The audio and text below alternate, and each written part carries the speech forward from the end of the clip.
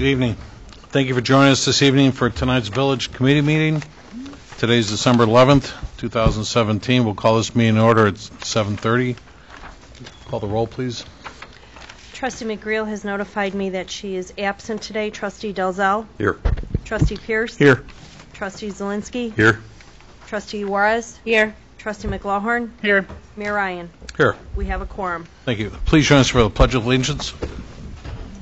I pledge allegiance to the flag of the United States of America and to the republic for which it stands, one nation, under God, indivisible, with liberty and justice for all.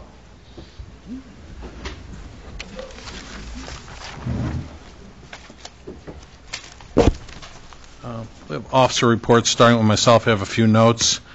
First, Board, just so you know, as the clerk mentioned at last week's meeting, Erica, my current administrative assistant, has accepted a position as the new office supervisor for the Village of Alsip. Therefore, I needed to fill that position in my office as my administrative assistant. We did post for a week internally. We had one application from a current employee, and I've selected her to replace Erica. And at this time, I'll introduce Becky Smith, who was in our clerk's office. Becky will be my new administrative assistant in there. So should anyone need help from my office, please defer to myself or Becky, and we're happy to help you with that. Okay. Thank you, Becky.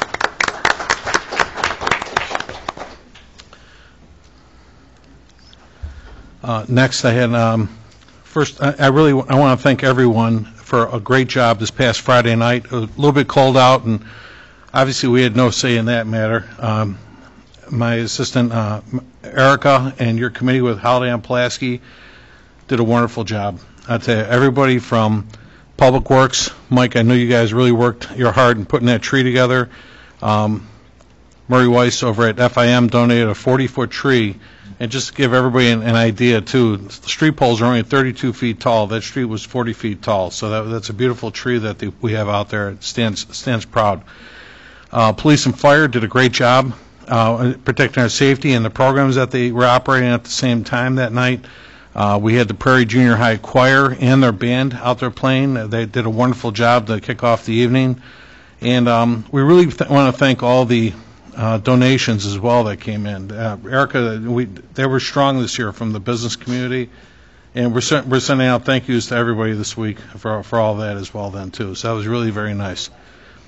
We did pick up on one idea that was pretty cool at the end of the night. I made a point. I travel light, so I want to try and hit all the businesses and thank everybody. And at the end of the evening, the last place I got to was the Title Max store. And we had letters to Santa Claus going on in there. And all the parents really got a kick out of that because they were able to get out of the cold weather for a little bit with their kids. And we had all these tables set up in there. And you had a great mailbox for letters going to Santa, like a professional big old red mailbox with the big slot and all that. And Violet told me today, we had Violet from our office in charge of that with all the kids. And she made it a point all the kids had to have good penmanship, otherwise Santa's not going to read the letter and all that kind of thing. And she just had a great time, and she thought the world was having fun with the kids too. So it was a great outing. That was a perfect pick for her too to be in that spot. She told me she had a lot of fun doing that and stuff then too. Next on my list is I did get notification from Chief Miller this morning that our HR candidate did pass the background check, and this week she's scheduling a health screen, right? Okay, so as soon as we get that back, I'll get back with the board, and we'll schedule accordingly to get her hired and so forth then, too. Pending, because we did take care of the salary ordinance recently for that, so that part of life's all taken care of. I'll just move on with my reports. So I had on here, number one, was a discussion and presentation by Comcast regarding their franchise agreement renewal with the Village of Alsip. And we've got Representative Johan Fernando with us this evening. Johan, if you want to come up. And I put a copy of this, everyone, in your mailboxes the other day, so everyone should have a copy of this agreement.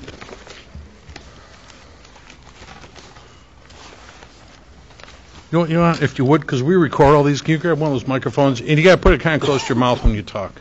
Is there a green light on?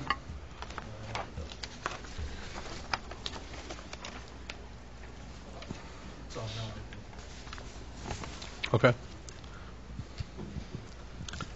So anyway, everyone's got a copy of what I put in their box, but go ahead if you want to explain. Good evening, Mayor. Good evening, trustees. Thank you for the opportunity for me to come before you this evening. My name is Johan Fernando. I'm the Senior Manager for Government and Regulatory Affairs for Comcast. The issue before you is the renewal of our franchise agreement. As you may know, in 2007, the state gave us 2 paths to getting a franchise renewal with a municipality. In the past, we followed the FCC guidelines and negotiated directly with the municipality.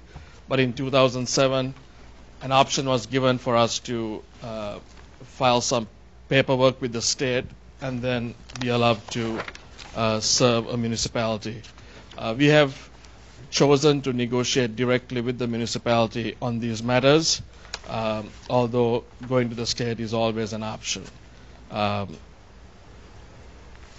So what has changed? So in 2010, Comcast, along with the Metro Mayor's caucus, negotiated a model agreement. It included, the negotiating panel included staff from the Metro Mayor's caucus, a couple of representatives from a couple of municipal law firms, I believe 2 village administrators, and a team of folks from Comcast, which included me as well. We negotiated a model agreement because a lot of things are now standardized. There's most municipalities have a right-of-way agreement that applies to all utilities or users of the right-of-way. There's general insurance applications or insurance requirements that are required of all folks that do work in the right-of-way,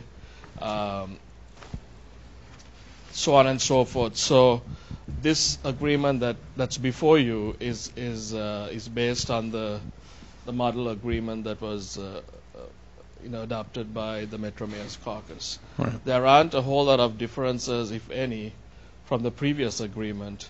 It's a non-exclusive agreement. It doesn't exclude anyone else from coming before you and negotiating a contract to provide cable services or to go to the state and get an agreement to serve your residents. Beyond that, I don't have any other prepared comments, but I'll be happy to respond to any questions you may have.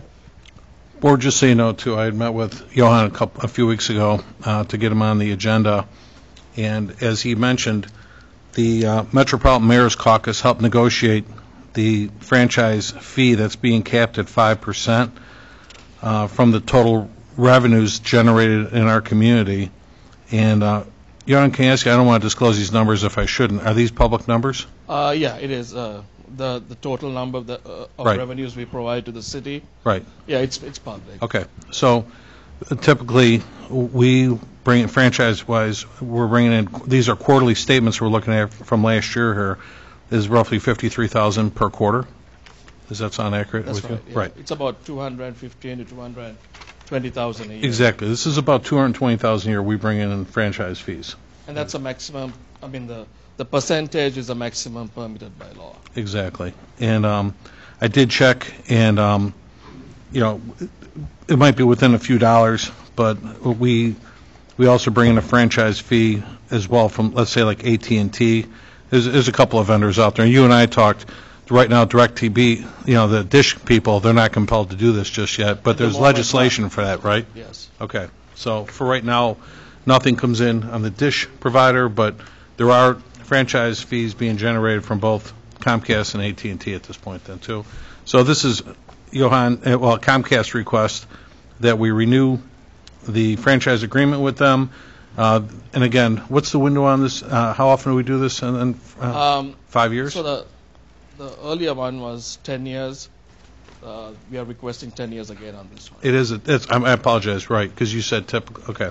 Because the last one was, and then this current agreement mirrors the agreement from 2008, which is why this is coming up for renewal in the next couple of months going into 2018, which is why we're here tonight to talk about it. Right. The current agreement expires, I believe, the second week of February. Exactly. It's like February 15th, right. So again, I haven't had any complaints over this through a finance, and again, the fee is already been negotiated through the Metropolitan Mayor's Caucus at 5%, so there's not a whole lot we can move with that I can see here, is like you said, if it's a cap fee. There's also language that says that if it does increase, that you have the option to increase it. Sure. I mean, if the maximum permitted by law is increased, then you have the We can change right the agreement. to increase it as well. You know, Johan, real quick, if you would please, if you can explain, what was the other that we were talking about too? Okay, so you have Channel 4, right? The municipal Right. that runs Channel 4. So if you want to make any improvements to that channel, you have the option at the sole discretion of this council to inform us, and we will trigger what's called a capital pass-through to the subscribers up to a maximum amount of 35 cents per subscriber, which those funds will be collected and remitted back to the municipality along with the franchise fees, but it will be a separate payment with a separate accounting of that on a quarterly basis, and that can be used for any improvements related to the channel. And again, should we improve our Channel 4, our information channel? Obviously, the only people seeing it would be Comcast customers on top of that then. That's too. correct. So, unless you put it unless you stream it on the web, then anyone with a internet connection can see it as well. understood. Board, any questions?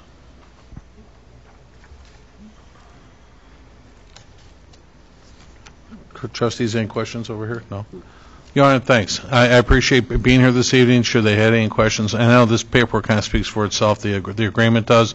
And actually, with all the numbers and so forth that you gave me, everyone's got a copy of this as well, so pretty well to understand.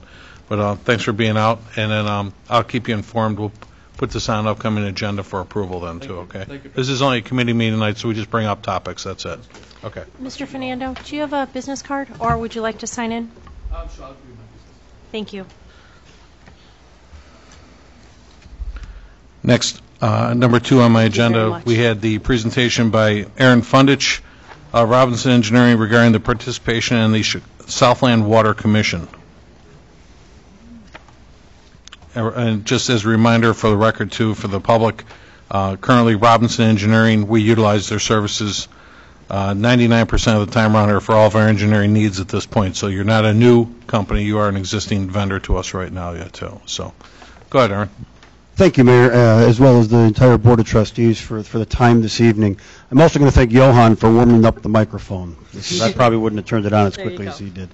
And the reason that we're here this evening is really to provide some information. We do know that the concept of a water agency is not foreign to Alsip, based on prior experience 5 or 6 years ago, but there is some updates, and there's an entirely different group of communities that is close to forming an agency, and we felt that it would be prudent, as your village engineers, to make sure that you're aware of the opportunities that may be presenting themselves in the coming months. I'm going to go through, I do know that we've got a few board members that are relatively new in terms of being elected officials. I've done my best to kind of keep this as short as I can, but not go through too many details, but enough so that people can get up to speed with what this project was all about. But basically, the Chicago water rate history has been such that it's increased 6% on average per year for 35 years, since 1980. It's been a tremendous water rate increase.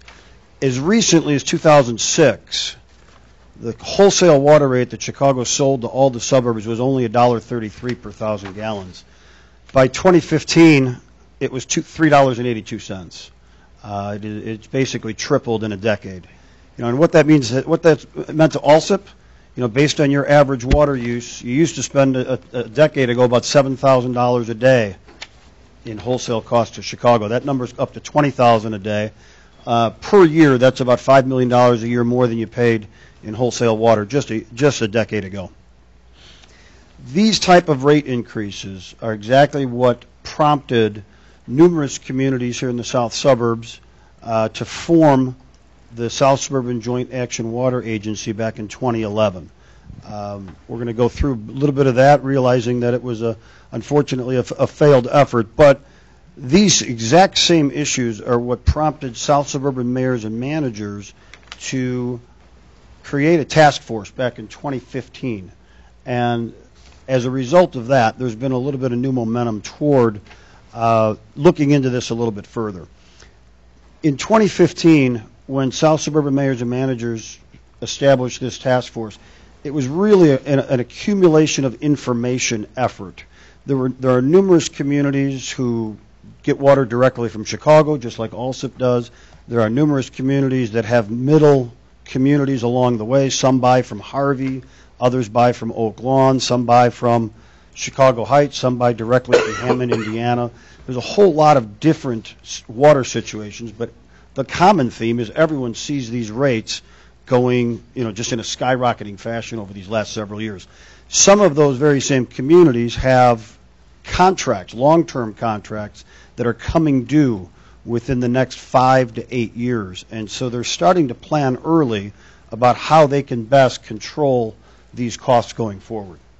So what they had asked Robinson to do, I'm going to back up for 1 second. We were not involved with the South Suburban Jawa when it was first formed. There was a group of other consultants that had come up with the idea. They sold it to 7 of the communities here in the south suburbs. Ultimately, when things didn't work out and those relationships were severed, the group did ask Robinson at the tail end to come in along with a different team to try to save that project for the last 8 or 10 months while that group was still meeting. So we have some experience with it, probably more so than most, other than the folks that were really involved in the beginning. But what the project was, it was to essentially create an entirely new water system, to create an independent system from Chicago or Hammond by putting a new intake into Lake Michigan, pumping raw water to somewhere on the Illinois side of the border, building a state-of-the-art water treatment plant, and then distributing that finished water to the various towns. Again, as I said, completely independent and controlled by the south suburbs. The rates would be completely independent as well. The communities that were involved in that group, and this is part of a presentation that was made almost 2 years ago with mayors and managers. I realize that some of you are aware of this information already. But the big box there that's important, obviously besides Alsip, is Harvey, because I think most people in the south suburbs are aware. They've been in the newspapers about all kinds of financial problems. Many of their longtime customers that you see listed there are the very ones that are looking for a different water source right now, in addition to others. Okay, I think we also know that based on our communities that we have listed here, Alsip for sure was probably the most financially capable and stable out of all the communities that were part of that prior Jawa. That's another difference that this next group has coming forward as well. But as I described, there was a total of about 15 towns based on the 7 primary members, along with customers of various communities.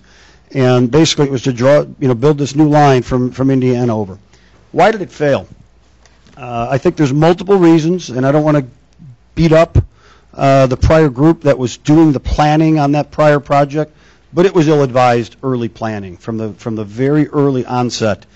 In working with other consultants on this team that have a lot of experience doing this, really just the way they went about it was poorly advised. And it was really poor timing on the short-term financing. I know that Alsip, and we empathize with Alsip that you're still, in the process, along with these other communities, paying off those bonds from that short-term financing. Or maybe you're not. It's still in the process, but Paid. Oh, it's paid. Okay, good. Right. Okay, that's good. But ultimately paid for something that you didn't get your full receivables at the end.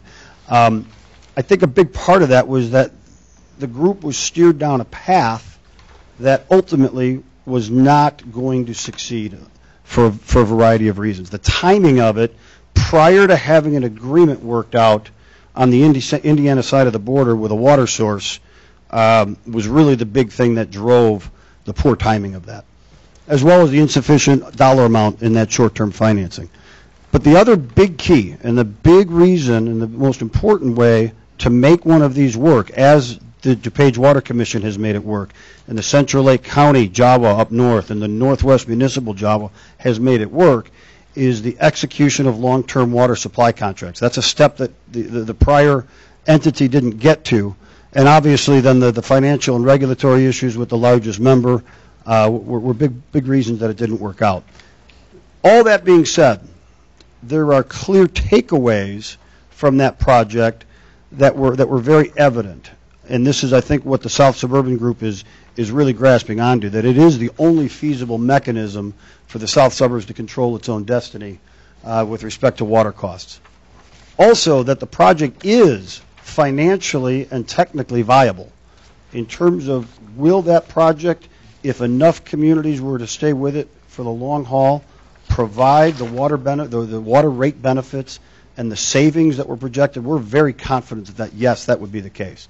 And from a technical standpoint, in terms of making the project work, we're very confident that that would work as well. And then also, it was at the very end, right before, unfortunately, that group broke up, it was politically viable with the city of Hammond as well. There had been the framework of a 63-year agreement that had been negotiated, and it was complex, and it was complicated, and it was expensive, yet at the same time, it was in place at that time, just never did get executed.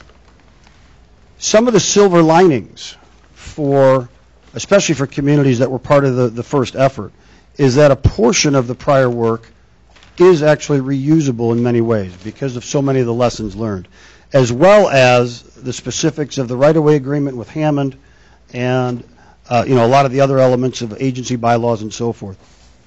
The lessons learned is something that the other group, as we've been meeting with them these last couple of years, is really excited about. The group of 10 communities, there's a group of 10 communities that had so much interest after our initial presentation at Mayors and Managers that they formed a study group. And they've been meeting now for almost 2 years, since March of 2016. What they did is they took this initial concept from the prior JAWA group, and they looked at, okay, if a lot of these communities over here were not going to be involved, could they use a lot of the prior information and bring this down into communities like South Holland and Homewood and Flossmoor and Hazelcrest and Madison and Olympia Fields, Country Club Hills. These are the 10 communities. I probably left one out at least. Thornton, I think, is another one. So this is the group of communities that's been looking, researching, doing a lot of due diligence as to whether it makes sense for the long term to reconsider this option. They're looking at a baseline project cost of about $420 million, and their goal is to have water flowing about 6 years from now, by 2024. Now, that sounds like a gigantic number. I realize that, but the key about it will be how much water use it's distributed amongst, which is exact same way as the prior project was.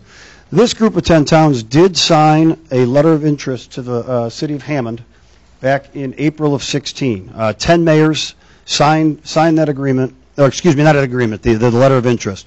And really what that was about, it ended up in a meeting a couple months later, was basically to find out whether or not Hammond, who had expended hundreds of thousands of dollars in legal fees on the prior effort, so they had a little bit of a bad taste in their mouth, whether or not the terms of that initial agreement might still be available to another group of communities that would be interested. A couple months later, in October of 2016, Hammond did submit a term sheet to this group summarizing the vast majority of the terms that had been in the prior agreement. However, they altered it. They moved the goalpost a little bit from what the prior agreement terms had been negotiated. Ultimately, this group was faced with a decision about a year ago. Do they want to negotiate an agreement that would work for them, or just let the whole thing go? They ended up signing an intergovernmental agreement. Among the 10 towns invested $100,000, $10,000 apiece, basically to go through this process of due diligence and negotiating an agreement that they could live with the city of Hammond. Ultimately, we met again with Hammond over the summer.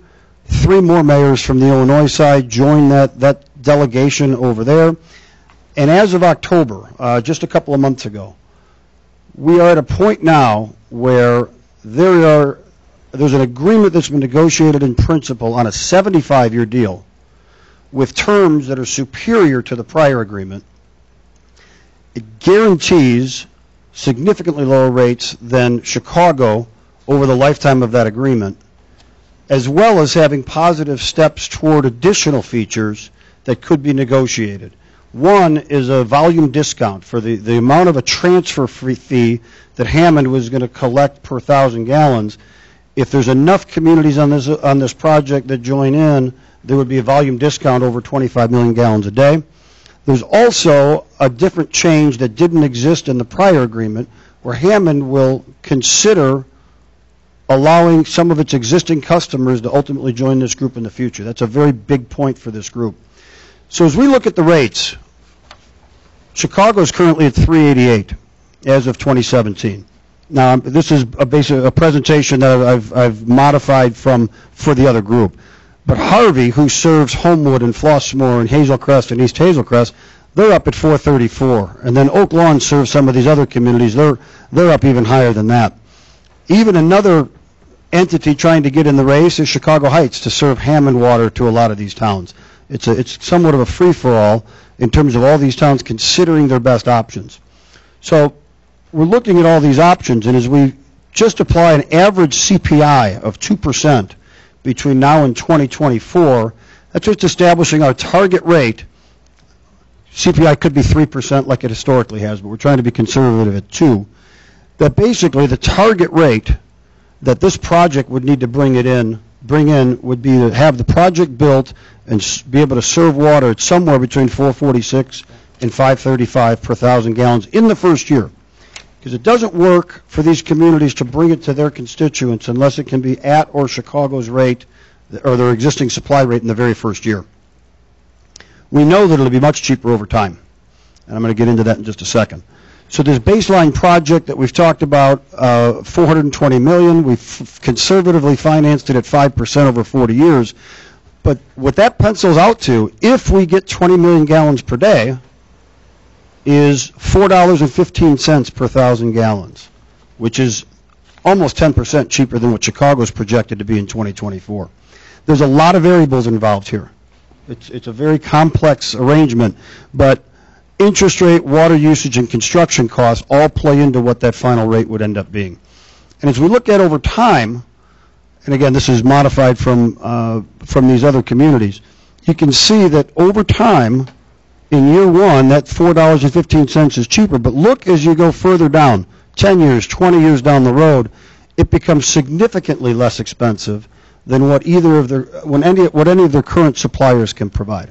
And the reason for that is ultimately captured in what the rate structure looks like. When we apply a 2% CPI to, and I'm going to just use a round number, say Chicago's at $4, they're applying 2% to that entire $4 each and every year, or whatever the actual CPI is. So each and every year, that rate is compounding based on that entire $4. Whereas with a newly constructed system, the debt service would comprise about 3/4 of that same $4. Over 3 of the $4 would be fixed for 40 years. There would still be an O&M component to that rate that would go up by the cost of living or CPI, whatever you'd want to call it, but the increases over time would only apply to about 1/4 of the rate. This graph shows basically it includes all the terms of the deal with Hammond, and the boxes in red over time are what this agency rate would be projected to be. Chicago at 2% is shown in the black text above it. You can see that, while it'll be a little bit lower in the beginning, it'll be well over $1 lower by the time 2035 rolls around, which would be about 10 or 11 years into the project. Sounds like it's a long way away right now. There's no doubt about it. But this is a long-term investment that these towns are considering. And these numbers are only if Chicago increases at 2%. It's averaged 6% the last 35 years. So it's an extremely conservative analysis. The towns in green are the ones that you see that have formed this Southland Water Commission study group. They're the ones that are currently involved in the intergovernmental agreement. The communities in orange, many which Alsip is up there in the upper left, many of which were involved in the prior Jawa, and you've got the towns in the pink that are current Hammond customers. And when we add all this up, there's 63 million gallons a day of potentially south suburbs that are already on Lake Michigan water that could be interested in a lower rate of Lake Michigan water. We've run a few scenarios, and I'm going to go through these really quick because I know time is important to all of you. But in a nutshell, if only those first 9 communities move forward, 9 of the 10, they're going to end up with a rate at about $5.07. The main reason for that is there's only about 10 million gallons of actual water usage in their current communities. If they just add Calumet City, who also serves Burnham, and Calumet City's mayor has already expressed interest in this project because the pipeline would be going right through their town. That 507 just dropped to 431 with just adding that community. We're still only at 14 million gallons a day of use. The numbers get considerably better if we were to add several of those other communities in between and then get it all the way out here to Alsip. Could be down there at 356, and this is the year 1 rate. So you're already be $1 below Chicago in year 1 with this scenario. And then if we were also to add Calumet Park and Blue Island, you're at 340. Now I realize it's a tough sell, and I'm not even trying to sell it. I'm just trying to make sure you guys are aware of what some of the other communities are involved in right now, because the water rates over time are. I think you've got copies of these slides, but what the savings can point to is if there was a project somewhere in that 25 to 30 million gallon range, depending, it doesn't even matter which towns, whichever ones they were, the idea that you could have water rates significantly lower, guaranteed, essentially guaranteed, for the 75-year deal that's been negotiated with Hammond is a huge savings from what Chicago would be projected to be 10, 20, 30 years down the road. For the Southland communities combined, and these charts there's a lot of numbers that I realize, but probably the big column to look at is number 5, is if Alsip were to be involved along with the other communities in between here and those other communities. You know, the idea that annual savings and these would be aggregate amongst the communities, could be as much as $10 million the very first year. And in very short order grow to, 14 million by year 5, 18 million by year 10. This is on an annual basis. Now that's for all these communities put together. Cumulatively, it could be in the billions when you look over the course of 75 years. I realize none of us are going to be here at that point, but this is something that these other communities are looking at. Instead of paying Chicago all this money, they want to invest in their own asset. Per community, I've got Alsip box there at the bottom. We are projecting that if there was that many communities involved in number 5 scenario, Alsip savings on an annual basis right from year 1 would be about $1.7 million, based on paying $3.50 per thousand instead of $4.46. It's a significant number. Year 5, year 10, it's up to $3 million. Year 41, after the bonds are completely paid off, about $13 million a year. The reality is, establishing one of these, and I know Alsip's aware of this, it's lengthy, it's expensive, it takes a long-term commitment. It requires considerable planning, short-term financing, and ultimately the wherewithal to see it through. But this letter of intent with Hammond is the next step that these other communities are looking at. They're looking to memorialize the terms that have been negotiated and looking to execute a non-binding letter of intent as soon as January of 2018, next month. In fact, we've got three mayors' signatures on the letter already, and there's a couple more in the following week. They're hoping to get all 10. They're talking with some other communities. If there's any interest, just so you're aware. No pressure on signing a letter of intent, because this is the first time you've heard about this. Yet at the same time, we want you to be aware, because if an agency does happen to form during 2018, it might be something worth taking a look at for Alsip as well. I'm not going to bore you with all these details on the letter of intent details, other than it is a long-term process. It's something that these communities would be looking to, again, invest a little bit of money in this coming year, something on the order of $10,000 or $15,000 per community, to further the due diligence and to ultimately get to the point of starting a water agency and having an agreement with Hammond that would be ironclad. The biggest thing is that in terms of the big risk to these communities is that initial GO bond issue, the one that Alsip and the other communities had done a couple of years back, would never be done until the timing was right. And what I mean by that is that it was a long-term commitment by all the communities to get to critical mass, to have enough water usage to pull that water rate down as far as it would need to go, as well as we would hold off on even executing the agreement with Hammond until that point was there. That's something that is one of those lessons learned from the prior group.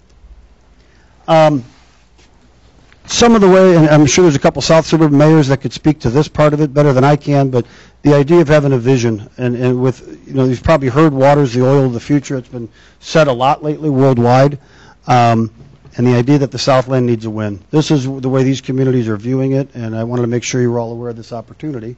I'd say the one last thing is they met last week, this group of 10 communities. There was even, there's a level of interest even to take this into Will County. So if the Southland forms this agency, the idea that it would also look to act like Oak Lawn or act like Chicago Heights or act like other communities that are wheeling water to other communities that are looking for Lake Michigan water, it's a huge opportunity for the south suburbs, and I certainly wanted to make you aware of it. If there's any questions, I'd be happy to tackle them. Trustees, I met with Aaron a couple of times, and he was in my office about a week or so ago, and we went over this, and I explained how disheartened I was with the previous arrangement we had with the South Suburban Jawa, and how we were still stinging from the $1.6 million that we lost in that organization. However, I felt it selfish for me to make a determination without including this board or this village in hearing what they had to offer at the same time. I've had a lot. We are a member of the South Suburban Mayors and Managers Association. I've spoken to a lot of their mayors, and they're all pretty confident about this next move. For us, the pluses and minus. Obviously, a plus is we can certainly reduce the cost of water rates to our residents by participating in a program like this, but at a cost too. That obviously we'd have to put together a bond or a general obligation bond, whatever it would take to finance something like this. But more importantly, too, is unfortunately, one of my biggest focuses is infrastructure in our community, and we just started getting off the ground real well in the last year or so now. Actually, we have a current project in action right now where we're changing out new water mains and so forth to look out for our safeguards. And I hate to divert too much monies away from that, where, not only the community, but there's many business that rely on good, clean water to us through our infrastructure. So I got to stay on point as far as infrastructure concerns are important to me. But again, I don't speak for the entire board, which is why I asked Aaron to come in this evening to give us an overview of what Robinson Engineering is doing on behalf of this commission of the the Southland. What was it? Southland Water Commission. There you go. I had it right in front of me here, Aaron. Okay, At this thanks. point, it's merely a study group. That's the name they gave it while they executed their IGA last year. The goal that many of them have would be to form the actual commission later this year, or excuse me, 2018. Okay. At this time, board, any questions? I guess what amazes me is why isn't Oak Lawn been approached to be a foundation of this, as they're presently one of the largest water suppliers in the South? I think the main reason is because they still pay Chicago's wholesale rate, and they pass that along to everyone else. As do So do we. everyone else. I think they end up in a contract, a long-term contract. But the other aspect of it is that you're talking about Hammond and how they're got this contract. Hammond is the very municipality that stopped the previous Jawa from working. They did everything they could to strangle Whiting, Indiana, when they were looking to get a pipe in the water. We spent millions of dollars, and there was never even a possibility of getting water out of the lake. And now what you're proposing is the very same thing with the very same community that killed it. And there's been many other people, and I'm not saying that this is part of you, but there's many other people that came in front of this very board and lied to us. If I recall, it approached Hammond first. Hammond was such a problem that went to Whiting, and then Hammond tried stopping Whiting from doing it. Oh yeah, It was a coming and going Hammond. Yeah, caused Hammond's problem. the community that said that they were going to pave their streets in gold on the cost of water that it would supply other communities. Doesn't sound too far from what Chicago is doing. Understood, and I think a lot of what you're recollecting is very accurate from my understanding. I wasn't personally involved with a lot of that in the beginning. I do understand that negotiations did not go well between Hammond and the prior group that was negotiating it. I think you're correct there. I do believe that there was a misunderstanding of the political realities, even when Whiting became part of the equation because of the way that Northwest Indiana politics is. I do believe that toward the very end of the prior Jawa, the chairman and most of the board at that point realized that it was a waste of time to go with Whiting, and that's I didn't get involved in those negotiations till last 6 months of that group, but I was on many of those conference calls, and I know that that deal was a deal in principle that they were willing to, they had it on their board agenda before the stuff happened with the city of Harvey and the SEC. When this group decided they wanted to investigate this 2 years ago, we cautioned them right up front. We said, don't waste time, don't waste money, you don't have anything until you have a deal with the city of Hammond. We've worked very hard over the last 12 to 15 months to get that basically on the goal line. It's inside the 1 yard line, and this next step that these communities are looking to do is sign a letter of intent to memorialize all the terms that have been negotiated. So I think your recollection is spot on. Unfortunately, I'm not sure how that how that negotiation went with Hammond in the beginning, other than they're tough to negotiate with. The bottom line is, I think the previous group, as you did in your presentation, really didn't do their due diligence to really identify the fact that Whiting had a contract with Hammond that Hammond wouldn't let him break, to let Whiting make all this money, which is why Hammond now wants to put their hat in the game and be a participant. Mayor, you were involved in all those. I agree. But like I said, if all these people came in and made us the promises, they gave us beautiful PowerPoint presentations. They talked about how they reached into their own pockets in order to field all the different aspects of the engineering, the design, the makeup, and then the moment that we started putting water money into that fund, all of a sudden invoices started appearing for 3 weeks of previous work done. That was all a bunch of crap. Oh, I'm agreeing with you. I just think that the partners here are different, and that's our reason that we're at this level right now. That's why we're having this presentation. So are you starting over, or are you picking up where they left off? Because this village got burned for a lot of money to consultants and engineering studies. So are any of those engineering studies useful and going to be picked up, or are you starting over? As I had mentioned, some of it is reusable. Robinson ended up with one of those contracts that was awarded back in 2013. It got, they told everyone to stop work, all the consultants to stop work after a certain amount. Is there a certain amount there? For example, one of the things that I personally did was I had gone to the city of Hammond and negotiated exactly where the route would go through the city of Hammond. I know that that's still good because I verified that again about a year ago.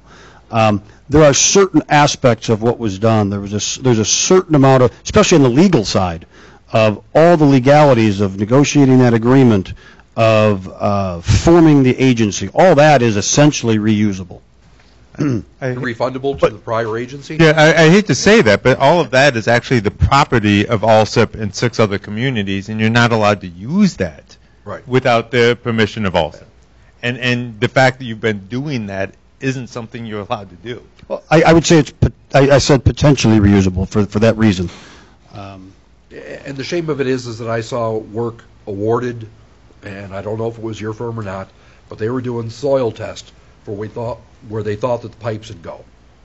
They didn't even have an opportunity to get water out of the lake, but yet they're figuring out where to do soil borings and expending hundreds of thousands of dollars to do that. It was my first bullet point. The project was poorly planned.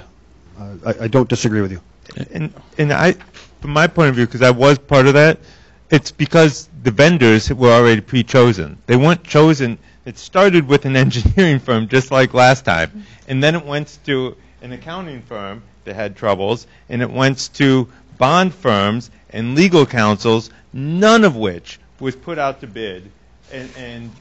And so here we are starting with an engineering firm, again, starting with the vendor who's starting the process rather than putting this stuff out as best practice would suggest. Again, these are new partners, and the reason we bring this to the board is because it's a different group of partners, and it would be selfish for me to sit there and have a presentation by Aaron's organization and tell the taxpayers that, we should be paying the same rate as Chicago if we were to save money. Well, it's nice to see some other municipalities rather than the ones that we were with, and I'm not going to throw darts at the dartboard. Right. But you'll have to sell these other people. It's going to happen with me. But, Aaron, thank you very much for coming in this evening. I appreciate the time. And most importantly, everybody's got a copy of Aaron's presentation so we can actually go back and talk about this some more then, too. We would like to do these at committee meetings, Aaron, which is hence why you're here this evening then, too. So should we decide to revisit this, we can do it the second week of next month and stuff then, too. Okay? That'll be perfectly fine. All right. Thank you Thank you again for your time. Thank you. You too. Business card or sign in, please. Okay, so moving along on the agenda, number 3, I asked Murray Weiss to stop in this evening for everyone's background on Murray Weiss. Murray owns FIM, Fund in Motion over near 111th and Cicero. On your agendas, it says presentation by Murray Weiss of FIM to request a liquor license to be created for future video gaming cafe at his current location, 4845 West 111th Street. Murray, can you come up for a moment, please?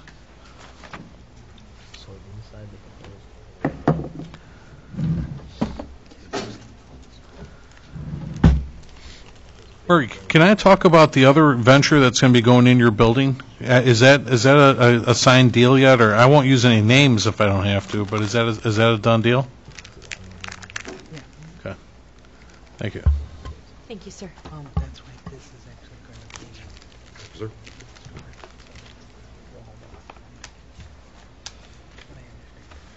This is a signed deal. Okay. Thank you. Very good presentation, too, Murray. Go ahead. Murray, if you'll grab one of those mics, please, just because those record everything. You got to put it kind of close to your mouth. Yeah, either one.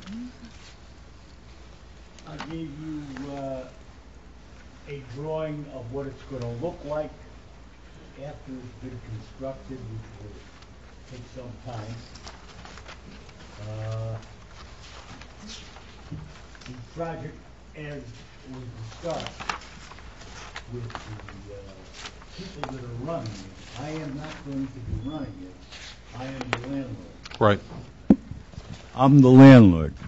But we have quite a few dollars invested in what's going to happen there. I had discussed a little of this with you, Mayor, and you said that you're looking forward for this to be done. As far as the educational part for kids, a place to go, climbing walls. And just so the public understands what we're talking about, what Murray just gave us is, Murray, how long before this conversion takes place? How long are you going to have FIM up?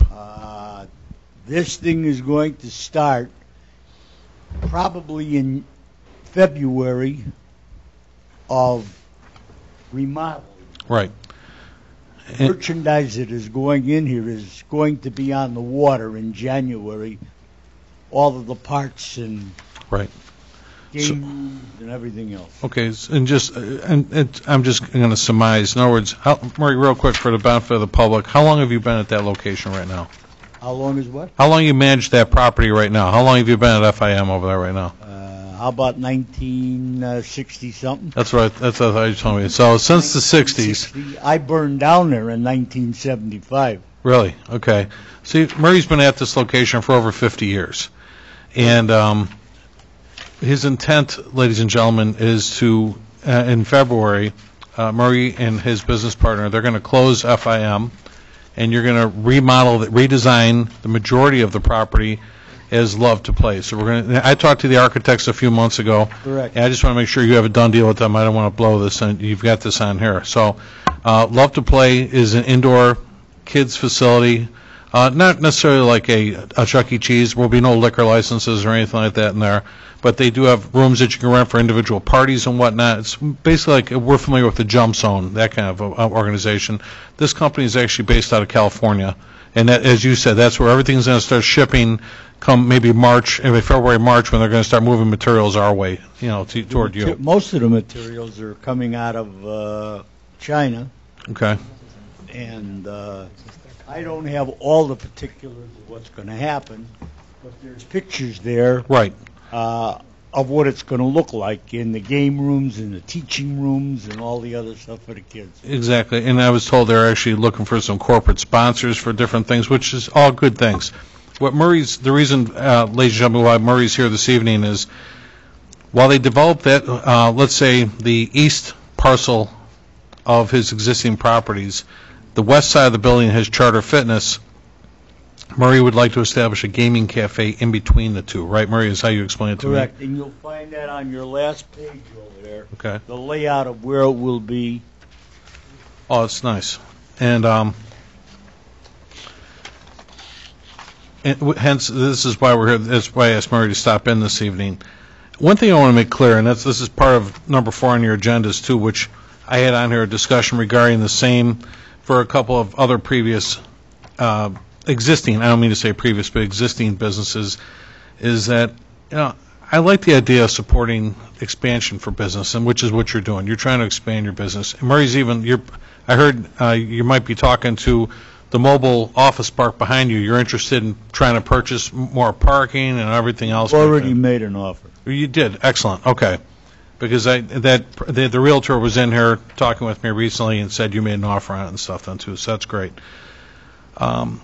My intent is not to front for gaming cafes or anything like that, but the reason I've asked Murray to come in and the reason I brought this up a few times is that I want to support existing businesses, especially when the Village of Alsip is a recipient of some of the revenues that are generated through this gaming at the same time. We can always use the monies to pay bills around here and so forth, especially with the tools that the state's making available. In Murray's case, again, he wants to expand his business, which is why you're bringing in the Love to Play organization, which is why you've been an established business in our community for over 50 years. So probably were the first ones to bring a national chain into this area. Okay. When we brought Sears in about 25 years ago. Oh, that's right. You had Sears where the Charter Fitness was at, right? Was there for around 25 years. Murray, is that all your property, that whole thing? Yes. It is. Okay. So it's always hard to, obviously, we can go off. I gave the trustees some information that I was taking off the line just on overall revenue that comes into the village through gaming and that kind of thing, but there's no way to always put a definitive number on that. It always depends on how many people play. I don't utilize the places myself, but I know they're very popular in our village, and I've confirmed with the police chief we've had no problems with them either at the same time. But as a prerequisite, the state actually controls all of the gaming. However, they make liquor licenses a prerequisite to having these businesses so that everybody on the block doesn't have one of these at the same time. Only selected businesses will have these. I felt Murray's location was a good location for something like this, which is why I've asked him to come in this evening, especially with his tenure with our village for over 50 years. I like the layout and everything else that you presented here, too, for us, Murray, at the same time.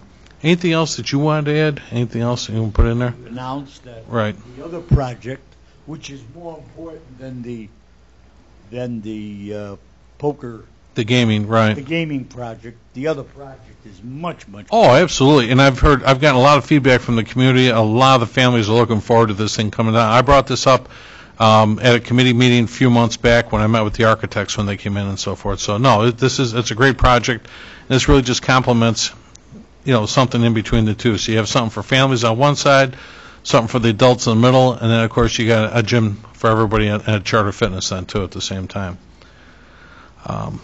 The trustees? Thank you for the opportunity of saying it.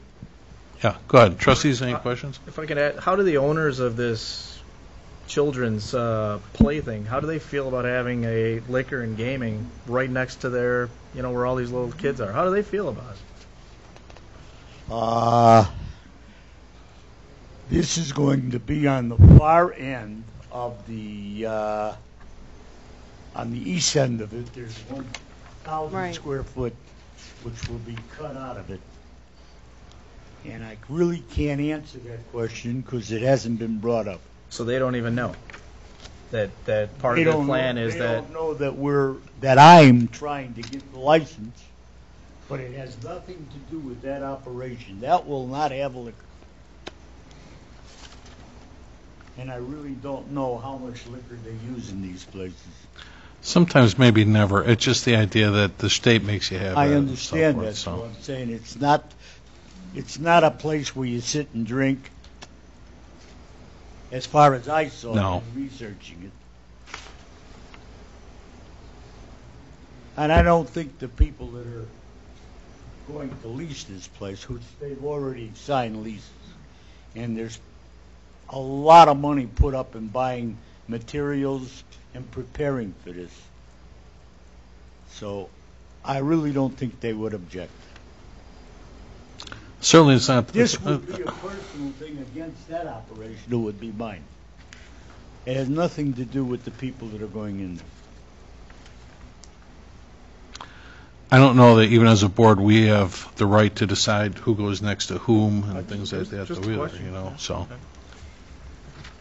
I just want to know if they knew.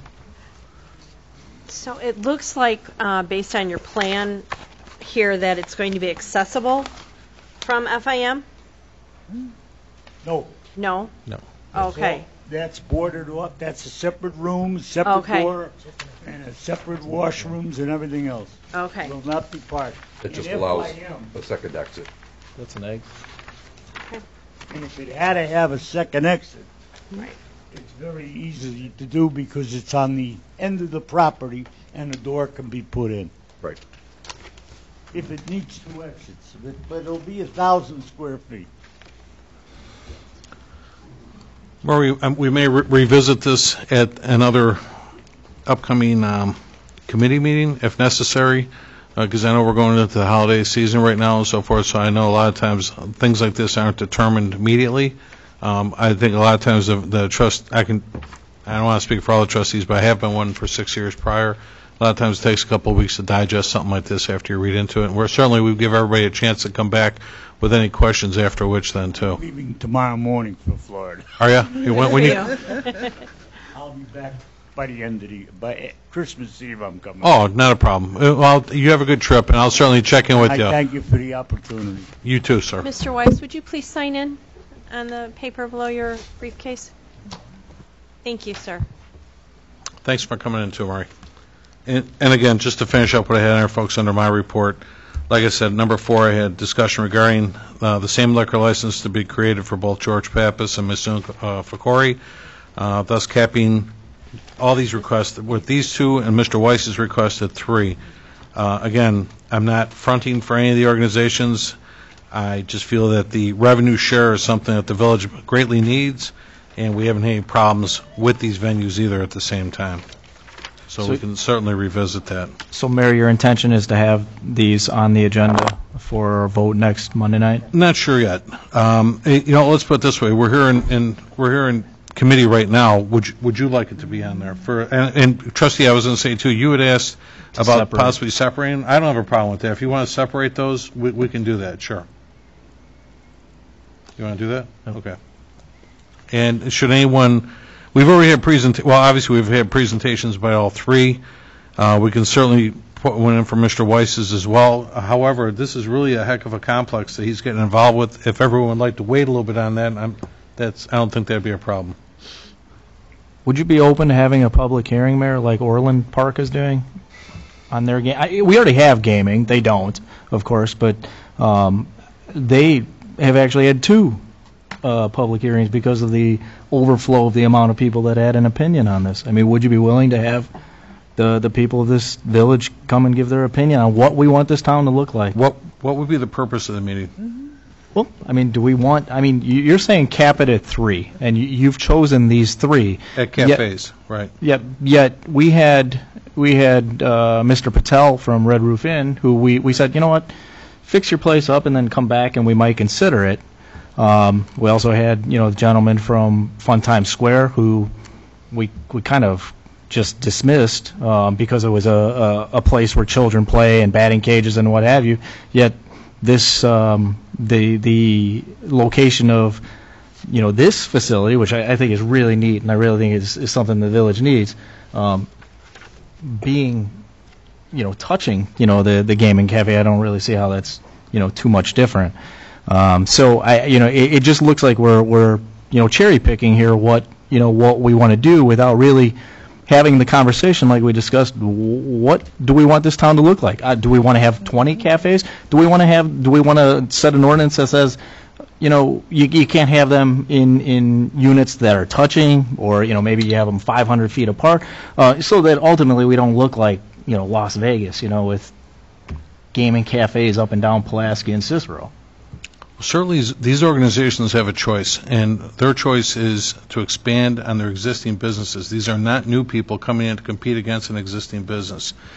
I think the thing that we should focus on is two things. Is one, we did approve gaming back in 2012, and based on the numbers I shared with the village today, I mean, this grew from back in 2013, we brought in maybe $3,700 a year, to last year we brought in $240,000 a year in revenue for our share, our 9% that the state allows us to have. Should we bring in these 3 additional establishments, we could be bringing in as much as, including the fees that we just raised recently, from $25 a machine to $500 a machine, as well as, let's just say I was ballparking revenue at about $25,000 each per establishment of these 3, plus they got to buy new liquor licenses, plus every year they have to renew their liquor licenses for $1,600. We could be bringing in an annual income, revenue I should say, of almost $376,000 a year by having this. So it's about the money. It's not about the comfort and the look of our village. It's what you have to acknowledge, because if you don't want to allow these to come in, that's certainly the board's choice. The board does not have to allow these to happen. But when you've got bills to pay, and we canceled all of our capital projects this year, okay, and I'm sorry, too, one of the things I was going to put on my report, our front-end loader was ready to die. It's a 1992 that needs over $40,000 worth of work. The Village of Evergreen Park was good enough Friday to drop off one at our Public Works to use for the entire winter. So we're in a little bit of a pickle, too, sometimes, and I think it's always good to remember that when you can share in revenues while everyone else is doing the work, I don't know why we'd say no. I understand that the companies that have been here in Alsip have the right to expand their companies, but the residents here in Alsip, the community, has a right to express their opinion and how they feel of all these gamings coming to the village of Alsip. Absolutely. But that we've already passed that law. So if it's a matter of saying no to these 3 businesses, I don't think we need the public to do that. I think the board can make that decision. Also, I got also 2 different things. First of all, Trustee Pierce saying why we would have discarded one of the liquor licenses in the past. I believe every board member has their own individual reasons for why something was not passed. And number 2, Mayor Ryan, you said that we're going to cap this. None of us even had a conversation. Oh, no, that was just my suggestion, that's all. That's fine that it be a suggestion, but right. I believe as a whole we need to discuss what kind of cap we're looking at. And if residents wanted to come in and express their discontent about the video gaming, they should be here at these meetings. True. That's We have all I a to say. public forum. But as far as businesses that are actually putting more money into their businesses, I would be more apt to agree to a liquor license for someone who's actually improving the way things look, especially the way our village looks, as opposed to someone who's just trying to grab a few extra bucks to make this work out for themselves. I would agree, but again, think of it this way: is the properties that most, let's just say we take these three for example. These are 3 leased storefronts that you're basically talking about that would be occupied.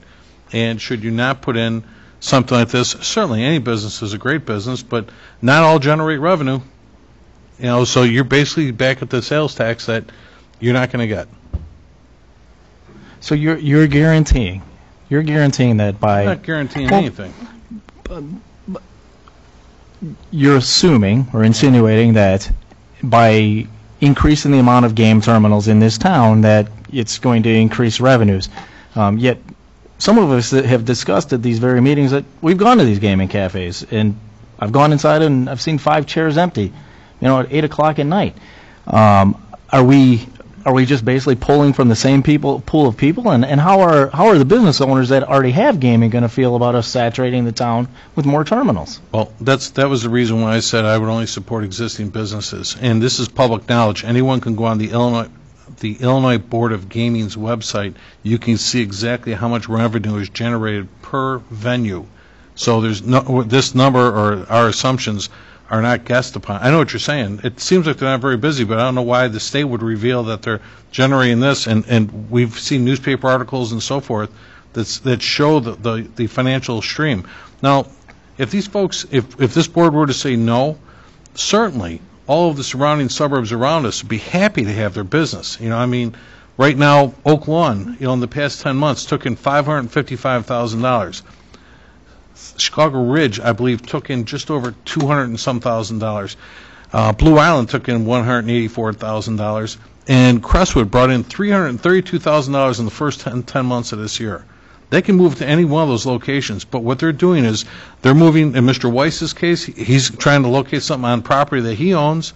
The Ficoris are leasing property directly adjacent to the store they currently own. So that's not existing business then, Mayor. If they're they're an existing business. It's the same strip mall. But it's not inside it's not inside the business. So you need to differentiate that existing business versus opening a cafe at a different tax. Okay, so tax pen. At the Pappas restaurant, you've got a restaurant and a bar, but he wants to open a cafe in the same strip mall. It's the same. If you want to split hairs, well, split the hairs, and I will judge them on their merits. But it's 10 feet that way. It's still. If the board doesn't want to do it, fine. My job is to support existing business, and all they want to do is expand their business. It's all of our jobs to support business. I'm speaking for myself, sir. Mm-hmm. And I just felt it was in the village. I think it's in the board's best interest to do the same, especially when these tools are being made available that help us pay bills. What about the night that the people in the village came and said this is not what we want the village to look like? They were identifying with a children's facility, and I shouldn't even say a children's. You were talking about the Fun Time Square request. There was one of them. That was an outdoor batting cage venue that he felt he was losing business to of a competitor, and he was willing to spend $10,000 to salvage his business. And I cautioned him on that on the front end, and the board didn't want to support it, and I let him know that the board didn't want to support it. These are totally different situations. And also the fact that he put a for sale sign up for this property. Well, yeah, that didn't help either, right.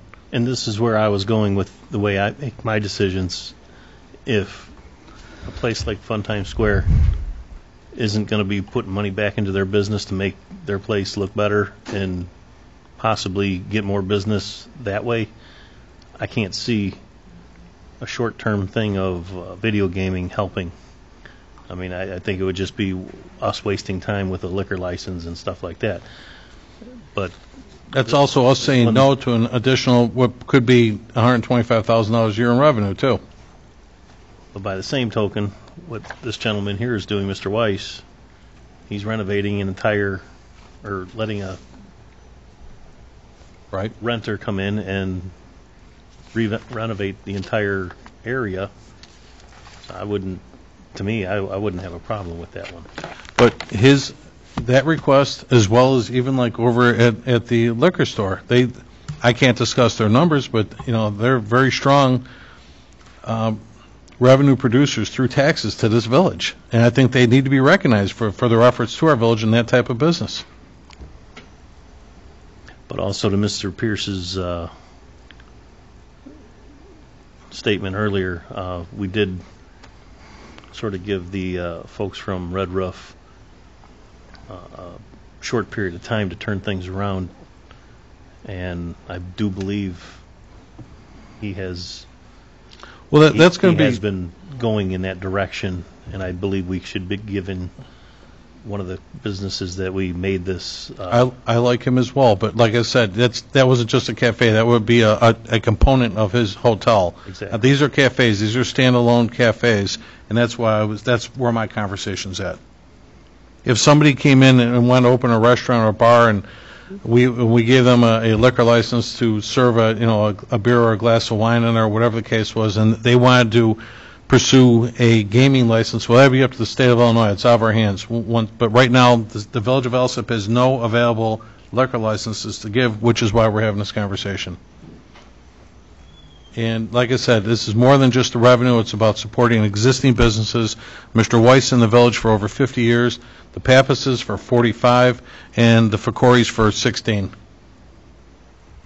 I would be opposed to your idea of having A public the hearing. public come in. I'm not either. As But yeah. trustees already indicated also, though, every meeting we have a public forum. But to sit there and discuss that aspect of it, we've already had one originally when the village allowed gaming to come into the community. And to be honest, I don't think that there was a single Alsip resident who spoke that night. And we've been having these discussions as of late, and other than that one evening, there was nobody else to sit there and speak to it. But I'm certainly not opposed to having our people say their mind. Could we potentially schedule then a public, a planning and zoning hearing to, under the planning portion to, just schedule it as a public hearing and solicit input, and if nobody speaks, then they don't speak? Sure, we can do it at the next committee meeting. That would be when? January. Everybody okay with that? Yeah, just as long as we make it known so that people who have a desire can Put it in our agenda and post it on our website like we always do.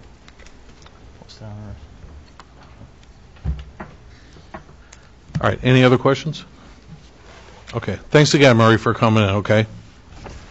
We'll move on. Clerk's report.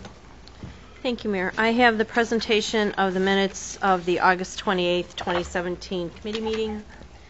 I also have the presentation of the minutes for the September 11th committee meeting, presentation of the FOIA report for November 2017, the presentation of the IDOT motor fuel tax allotment for November 2017 in the amount of $43,409.93. I wanted to bring you up to date and on the contract for the postage meter in the clerk's office. Thanks to Trustee McLaughlin, thank you. We were able to receive 2 other proposals. After reviewing all 3 of them, 2 of them are very similar in cost, roughly about $372 for the existing Pitney Bowes machine, $385 for a machine from Postage Source. We did receive another contract proposal for $327.90 a month for 63 months from Choice Office Equipment. When you factor in ink and the term of the contracts, the first 2 were 60 months and Choice Products is 63 months. The Choice Products contract ends up being only $6.50 less a month over the 63 months. given that the past 5 years has been with Pitney Bowes, and we have not had incident with a Pitney Bowes machine, they have been extremely supportive as far as repair or maintenance to it. I am suggesting that we do go ahead and use a Pitney Bowes machine similar to the one we have. There's no learning curve. There's tried and true service as well as support from the company. So I'm asking for a consensus from the board. Do we really need all of the bells and whistles that are on the current postage machine? The same one, the Pitney Bowes machine that we are asking for is the same basic thing. Some of these other ones had much more capabilities of sealing and weighing and sending through multiple different sizes of pieces of mail. We're just using something basic. Well, I see the machine that's in there now, though, it is actually fairly elaborate compared to what I would consider a basic machine. For the functions that we're using it, that is the machine that the clerk's office is comfortable with using. And how many pieces of postage are we putting through, or pieces, on a monthly, annual basis? Rating for the ink cartridges is about 18,000, and we've only purchased one set of ink cartridges this year. The Pitney Bowes was rated at 18,000 per ink cartridge. The one from Postage Source was 26,000, up to being smaller pieces. However, their average is 18,000, and the machine from Choice Products is rated at 18,000 as well. So on average, then you're saying we're only doing about 1,500 pieces of mail per month. Mm-hmm.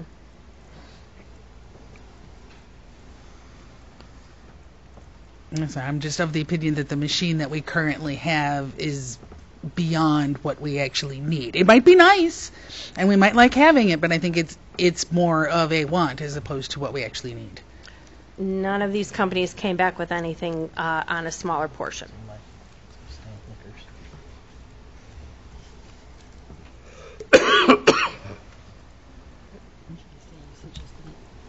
So you're looking for a I'm looking consensus? for a consensus on which contract to move forward with. Well, we're going to have to put it to a vote at next week's meeting. I understand So that. trustees, any preference to which ones she was suggesting?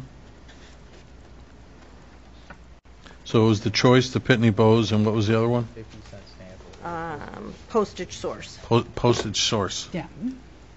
Clerk Petzel, whatever you seem is more feasible, I'm happy with. She liked the Pitney Bowes.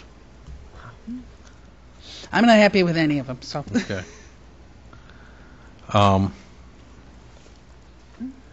Trustee Zelinski, any? I guess I would be leaning toward the Pitney Bowes one. Okay. The only company I ever heard of other Neopost. So Okay. We can get stamp lickers. Well, I mean, to spend $372 a month to Speaking apply to the mic. $750 worth of postage, I mean, to me, that it's just not right. But it does more than just apply postage. It seals. Oh, it does. It weighs, it does generate, they can program it to divvy out the postage per department for the water, for the building, et cetera, so that postage. Well, yeah, but a lot of that other postage, we've already outsourced vehicle registration. We've Right, outsourced but water as we're billing. mailing things for the police department or the other departments, we do change the coding on it so that it can be allotted to the correct department. Like that. So it sounds like 1, 2, 4 of them said Pitney Bowes. Okay. And then the other thing under my report is the presentation for the 2018 Village Board and Committee meeting schedule. I believe it has been passed out first and second Mondays, for the most part, board meetings, with the exception of one Monday as a holiday. For instance, in January, board meeting would be on January 2nd, and the second Monday is committee meeting.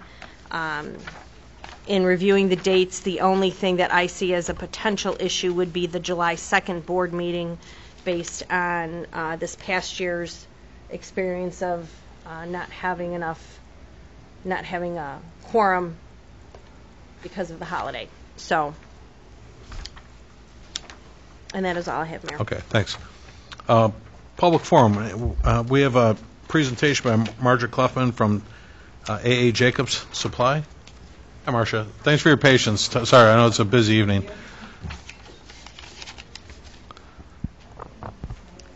Card's perfect. Thank you so much. I believe you have these. I can give you some additional information. This is just a summary of Thank what you. Jacobs is doing with the property that was formerly Praxair. Thank you so much. Thank you. Typing is not the best. Forgive me. These are some Okay. pictures of what it looked like before. Okay. So to give the public an overview here, A.A. Jacobs Supply is requesting a 6B tax incentive, and they are going to be submitting an incentive application to the village. This isn't only for the village to approve, but it's always on Cook County as well. This property is located at 3750 West 127th Street, and Marcia just mentioned it was formerly known as Praxair Distribution, and they purchased this property for about $250,000 in October of 2016. Marcia, if you would, please, you can talk in that mic. You have to put it kind of close to your mouth. Thanks. Go Can ahead. you hear me? Yes. Okay, good. Yes, it's the mayor was saying, thank you so much for taking the time to hear what we have to say. A.A. Jacobs would be moving in from Will County, which I think is a benefit. They had hoped to purchase property there, but unlike many companies who are not moving into Cook County, they're willing to move into Cook County, and we're willing to move into Village of Alsip and take over formerly vacant property. I mean, this has been vacant for over 6 years. Was infested with rodents. They're in the process of cleaning it up. It's about 18,700 square feet with approximately 60,000 square feet of land. They will, when the weather breaks, they will be cleaning up the exterior as well. In addition to cleaning it up, they will be bringing in 12 existing employees, 2 part-time employees, and then hope to grow their staff for another 7 to 8 employees in the future. So it's a net benefit to the village of Alsip. They do fabricating of doors and windows. They do beautiful work. My husband and I just went over and looked at the facility, and they do large glass walls and window or doors and frame things in and then metal casing. So they will be doing some of the fabrication and the work within the facility at the former Praxair facility. So we really would appreciate your support in approving an ordinance supporting the Class 6B. And as you said, obviously there's a lot of criteria for you to meet on the part of the county side here then too. And again, just to review, you paid $250,000 for the property. Owner intends to make upgrades to the building and site at an estimated cost of an additional $270,000. Thus, create more jobs. Currently you have 12 full-time, 2 part-time, and you're looking to create another 7, 8 jobs at that location too at the same time. So, trustees, any questions for Marcia at this point? No. Okay. I'm sorry you had to be so patient with me. I mean, on committee nights we have a lot of things we need to talk about and to get through these. And I know you were kind of ready to go last week and so forth during the board meeting. It was sort of a little bit of confusion, but Exactly. that's okay, no problem. But I missed hot chocolate. I was really disappointed. Oh yeah, yeah. And cake. But we'll certainly forward this to our village attorneys who process the 6B applications. And I've already talked with Vincent. With Vince Kankar, okay. And he asked that he needed, in addition to a financial disclosure as well. So you're getting him a financial disclosure right now? Gotten it. You got it, okay. So it's just really an approval for you to say you'll approve the ordinance. It's been to Cook County. They've accepted it. They've given us a control number. So it's just a matter of we're waiting for. Have they opened this business yet over there? Not yet, no. Right. A few months ago, I was across the street at a groundbreaking ceremony, and I saw them. The HVAC guys were fixing the utilities and whatnot. Yeah, but right now, really, it's the property is getting a vacancy adjustment, so it's vacant. The taxes are lower. So in the net revenue stream, you're probably your revenue isn't going to be any different as far as the taxes, whether it's vacant or on the 6B. But you're getting a benefit of having a new neighbor. It's all going to be cleaned up, new Sure. jobs. It's going to be a really good facility. And I know Mr. Perez has been working with the fire chief as well to make sure everything's in order, too. Very good. So. All right, well, thank you, Marcia, for coming this evening, too. Okay. Anyone else from the public wish to address the board this evening? No one? Moving on then, standing committees, Finance, Trustee McGlohorn. Right, so under Finance, we will have the presentation of the ordinance to approve the 6B request based on the presentation we just saw. Also, there will be the usual list of bills and list of payroll for approval. And also, I have to apologize, I didn't get this on the agenda for tonight. I was out of town over the weekend, but we need to pass an IMRF resolution in regards to what is pensionable money. Kent, maybe you can provide some additional explanation on that. Yeah, this is just a cleanup. We've been trying to promote the high deductible healthcare savings plan, and that's the one that has the HSA associated with it. The IMRF informed us Thursday that unless we pass a resolution, or I shouldn't say we, unless the board passes a resolution, that the monies that employees put towards their HSA is reduced from their budgeted salary, and it becomes not pensionable. And so municipalities pass what is IMRF Form 6.73, resolution to include compensation directed into retirement health savings plan as IMRF earnings. Again, they said the retirement savings health savings plan now includes HSAs. So people have a budgeted salary. This just restores it to the budgeted salary. Otherwise, it's their pensionable salary is decreased by them participating in the HSA, which is something that we as a village have been promoting for two reasons. One, because there's a savings to all parties involved, and two, because employees and retirees take more active control over their health, and it leads to better health.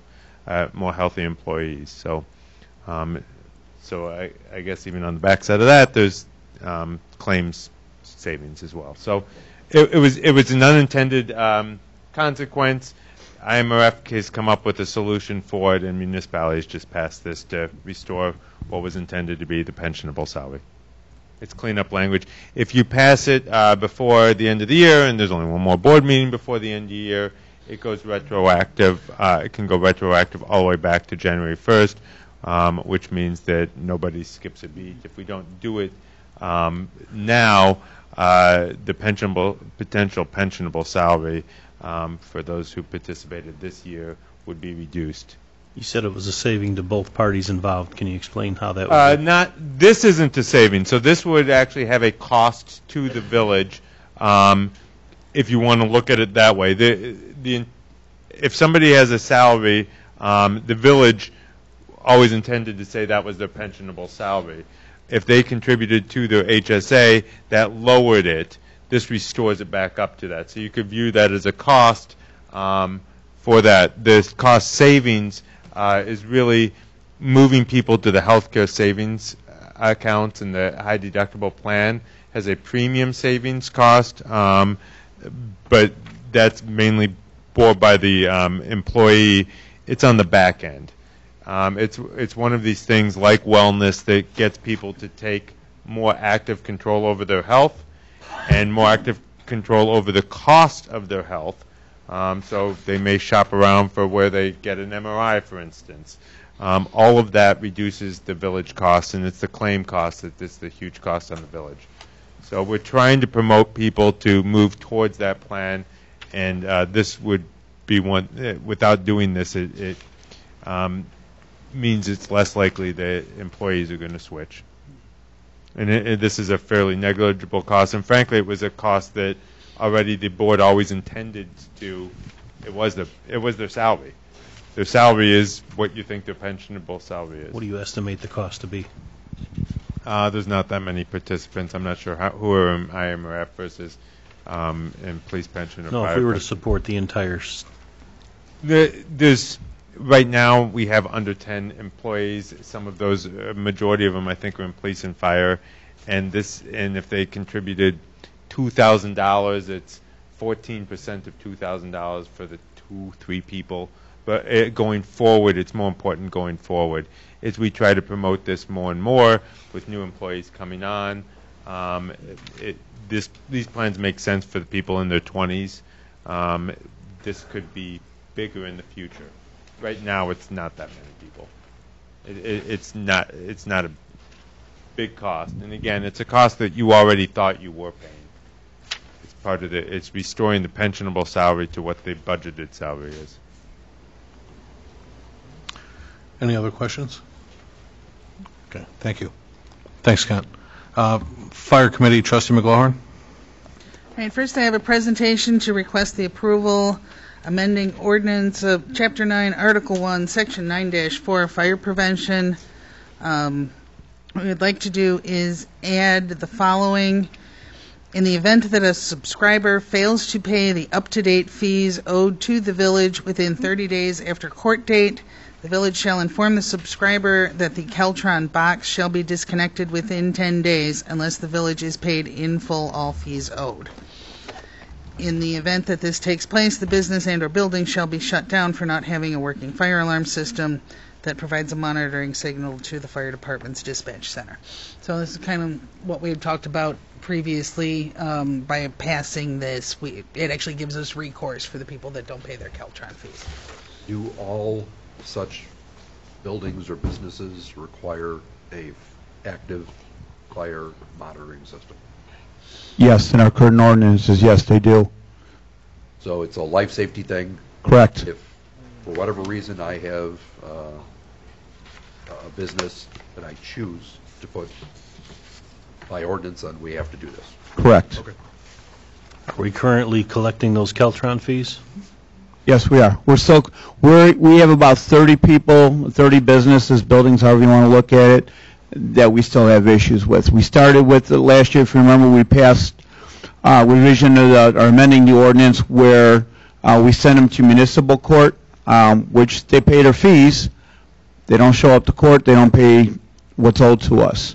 So this is the next thing to get the teeth into it. We still have a few that we have difficulty with, we've been having difficulty with since this program began. Out of the 350, we have 30 problem people. So it's a small amount. Thank God it's a small amount. We've done much better actively recouping some of the bigger ones, larger sums, over the last several months. So we're making progress. It's slow, but we are making progress. Okay. Also, we have a request for approval of amending ordinance Chapter 9, Article 1, Section 9-6 for cost recovery. And this is changes to some of the proposed fees in order to get us in line with the Department of Homeland Security FEMA schedule. Right. What had happened is several years ago, we passed an ordinance for cost recovery, and we used we wrote on the coattails of the fire districts. In the state of Illinois gave fire districts a permission to do a cost recovery with set amounts, and those are the current amounts that we're using. It was not set for municipalities, just fire district, who is a separate taxing body, to recoup costs of whoever had services that lived outside the district, if you will. What we found out in the last couple months, and it's been challenged in state court, and it's been challenged in federal court, when you start going after cost recovery, a couple of things that came out is A, by law you're only allowed to do cost recovery from what actually you expended. Secondly, what they've looked at is how high these rates are, and in an actual disaster, when we go to collect money, we apply it through FEMA, and these are the going rates right now, so there's no challenging because those are the national levels with cost recovery through the FEMA, Department of Homeland Security. So these are the amounts that we're looking at changing in line with FEMA. The second part of that is if you look at what we pay for our manpower, whether they're on shift or whether they're off shift, there's a differential, and we can also collect their salary plus whatever the benefits are, whatever the percentage of benefits add up to that. And this has been something that's been talked about in a couple of regional chiefs meetings that I was made aware of in the last couple months, and everybody's starting to look at it who's not a district, because actually few departments have been withheld funds that they submitted for a collection, and it got bounced back, and it got thrown out of court on top of it.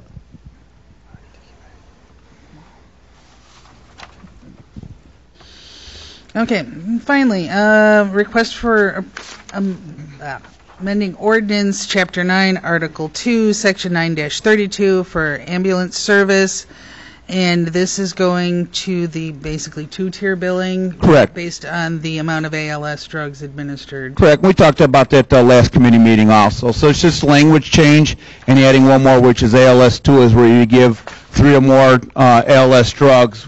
We have the ability to have a separate collection, and again, that's because of Medicaid and Medicare. And all these, if everybody's good with the language, I'll bring it up for next week's approval, and I'll get a hold of the attorney, and they have him draw up the paperwork for it. Questions at all? Thank you. And then how are we doing on your part-time person? I have interviews I am scheduling for next week between Wednesday and Thursday. I believe I have 4 former applications. Okay, cool. So everything else going on, we really haven't had time to try to schedule them. So I don't know. I was working with Erica and Heather before. With all the changes and all that, it might be just a one-man band coming up to do that. So. And I don't know where we're at HR also, so I'm just going to take care of it myself at this point. Okay.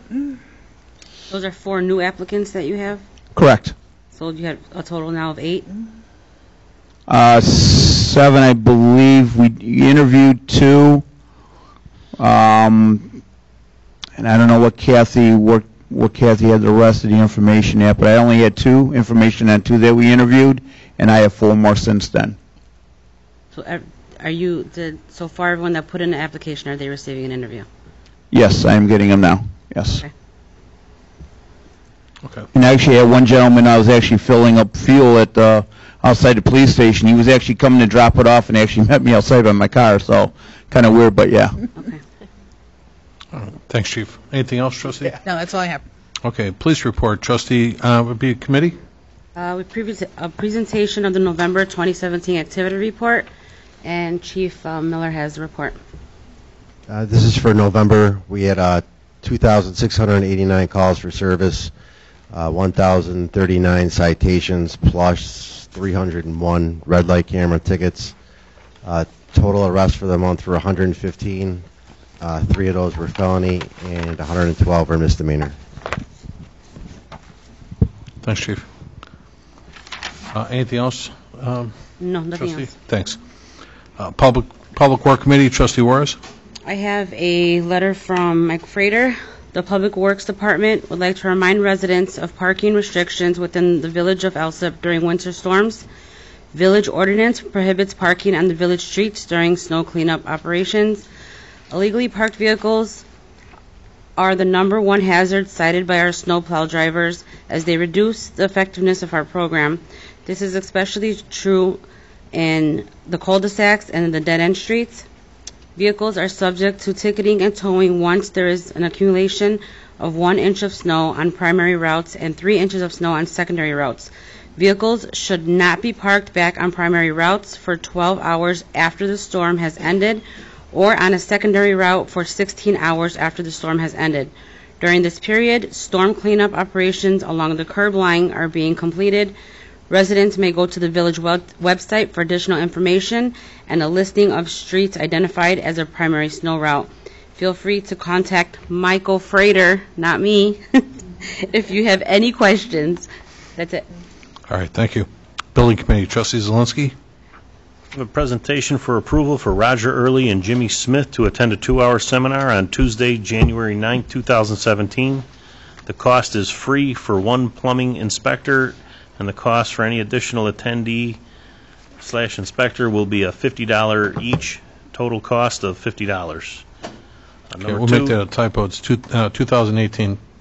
I'm sorry? 2018. We're moving Oh, next no, month. right, yes, January 9th, 2018. Got it. Go ahead, trustee. Number two, discussion of purchasing or leasing of a Canon IPF 785 MFP printer / scanner. Ran two quotes for viewing and third to follow. The first one was ARC. The purchase price was $7,095 plus tax.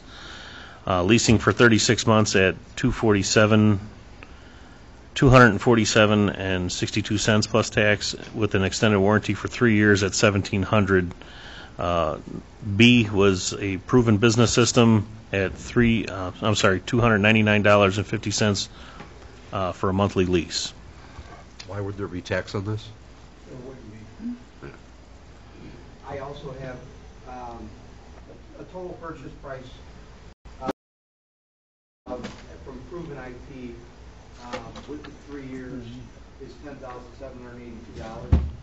ARC with the total purchase price with the 3 years It's is $10,614. That's if we wanted to extend the in-house warranty, so they would come out and do any of the working on and maintaining the maintenance of it. These proposals would not include any of the color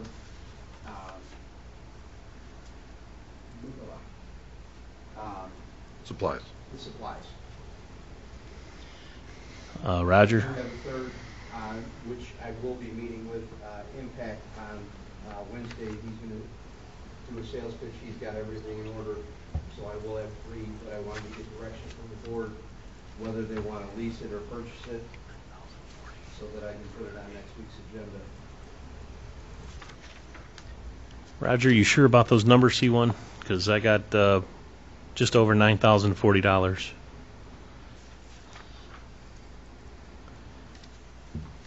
ARC was It was $7,095 for the purchase price, and $87.95 would be the purchase price, and then if you add the $1,700 onto it for the 3 years. $87.95 is the purchase price plus the maintenance. Plus the maintenance is $1,700. Gotcha.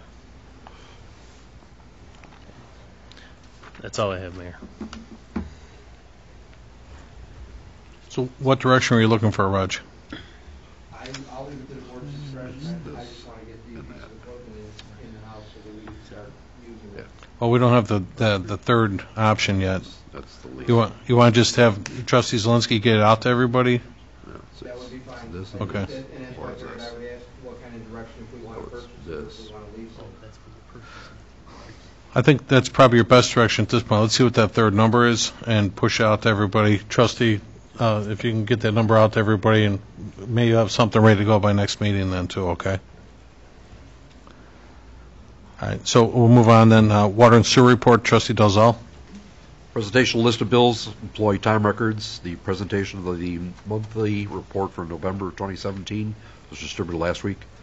Presentation discussion from the Water Commissioner Dan Triben regarding the request by the State of Illinois to move a water main near 127th and Route 83 at Tinley Creek. And I'll lump it in again. I'll hand it over to Dan. Presentation request by Commissioner Dan Triben to purchase and install a snow blade with accessories for the water department use. Dan? All right, on the intersection of Route 83 and 127th Street, the state is going to be doing some improvements there. They've already sent the IGA for the improvements to that intersection. What they've just notified us is that they also need us to relocate one of 2 water mains that we have going underneath Tinley Creek. I solicited the cost of that relocation. The estimate right now is at about $200,000 to relocate that out of their construction zone for the box culvert they're going to be installing. The issue that I'm having with just relocating that particular portion of water main is that we've already relocated it once before, and that looking for, the future, I'd like to relocate a larger portion of the main, seeing as how the current main is was installed in 1968. So it's already 50 years old. It's reaching, its life expectancy. And so what I'm looking to do is expand the amount of main we replace during this, prime opportunity while they're, reconstructing that intersection. As you can see on the packets I handed out on this page here with the map, you can see the two water mains that are looking to be, the state is asking us to relocate. One is our 8-inch main on the north side of CalSag, and the second one, they're also asking Palos Heights to relocate their water supply from us out of their construction zone as well. So in discussions with Palos Heights and myself, we felt that it may be beneficial to combine our efforts and install a single main and relocate their meter vault to the other side of the Tinley Creek there, thereby sharing the cost of relocating this main. Obviously, there would be an increase in the overall cost from $200,000 for our portion, $250,000 for Palos Heights portion to relocate their main. If we did the shared main, we would eliminate two sections that would still end up underneath the roadway for future problems. So eliminating those issues, we'd need to invest probably about $1 million, share between the two communities. Kent, how we handle financing for that? We would pay it. There's no point in this project that size going out. It'd be a hit to the fund, but it's going to be a hit to the fund either way.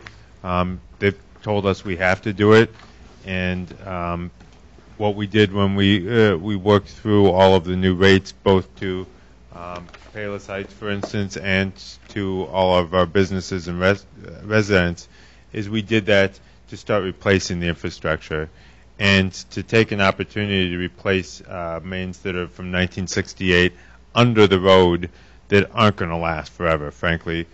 Those pipes are supposed to have a 40-year life, and we're beyond that. If he's saying that that's where his resources should go, he and I have worked on this a bit, a couple times in the last week, and I'm all for it. I mean, it's a matter of negotiating with the Heights, but a new main there makes sense because you're putting Band-Aid on it right now, and just do it right. And obviously, to be clear again, Dan, here the state is redoing the intersection at Route 83 and 127th Street. They're asking us to move our main, which, as you just said, Kent, is obsolete anyway at this point then, too. It needs to be replaced. It's a 50-year-old main. And, Dan, at what cost? That just relocates the 200 feet that we would need to get out of their construction zone would be approximately $200,000. That, again, like Kent said, would just be putting a Band-Aid on it for future issues because other portions, if you look at the highlighted, the areas that surrounded in the bubble there, those sections of main, about 350 additional feet, would still be located underneath the new roadway. So they're putting in a right turn lane on the north side of 127th Street going on to CalSag. That is going to, our main is going to be underneath that turn lane, the existing main. So replacement in the future, again, it's 50 years old already. Replacing that in the future is going to be a challenge underneath a brand new roadway.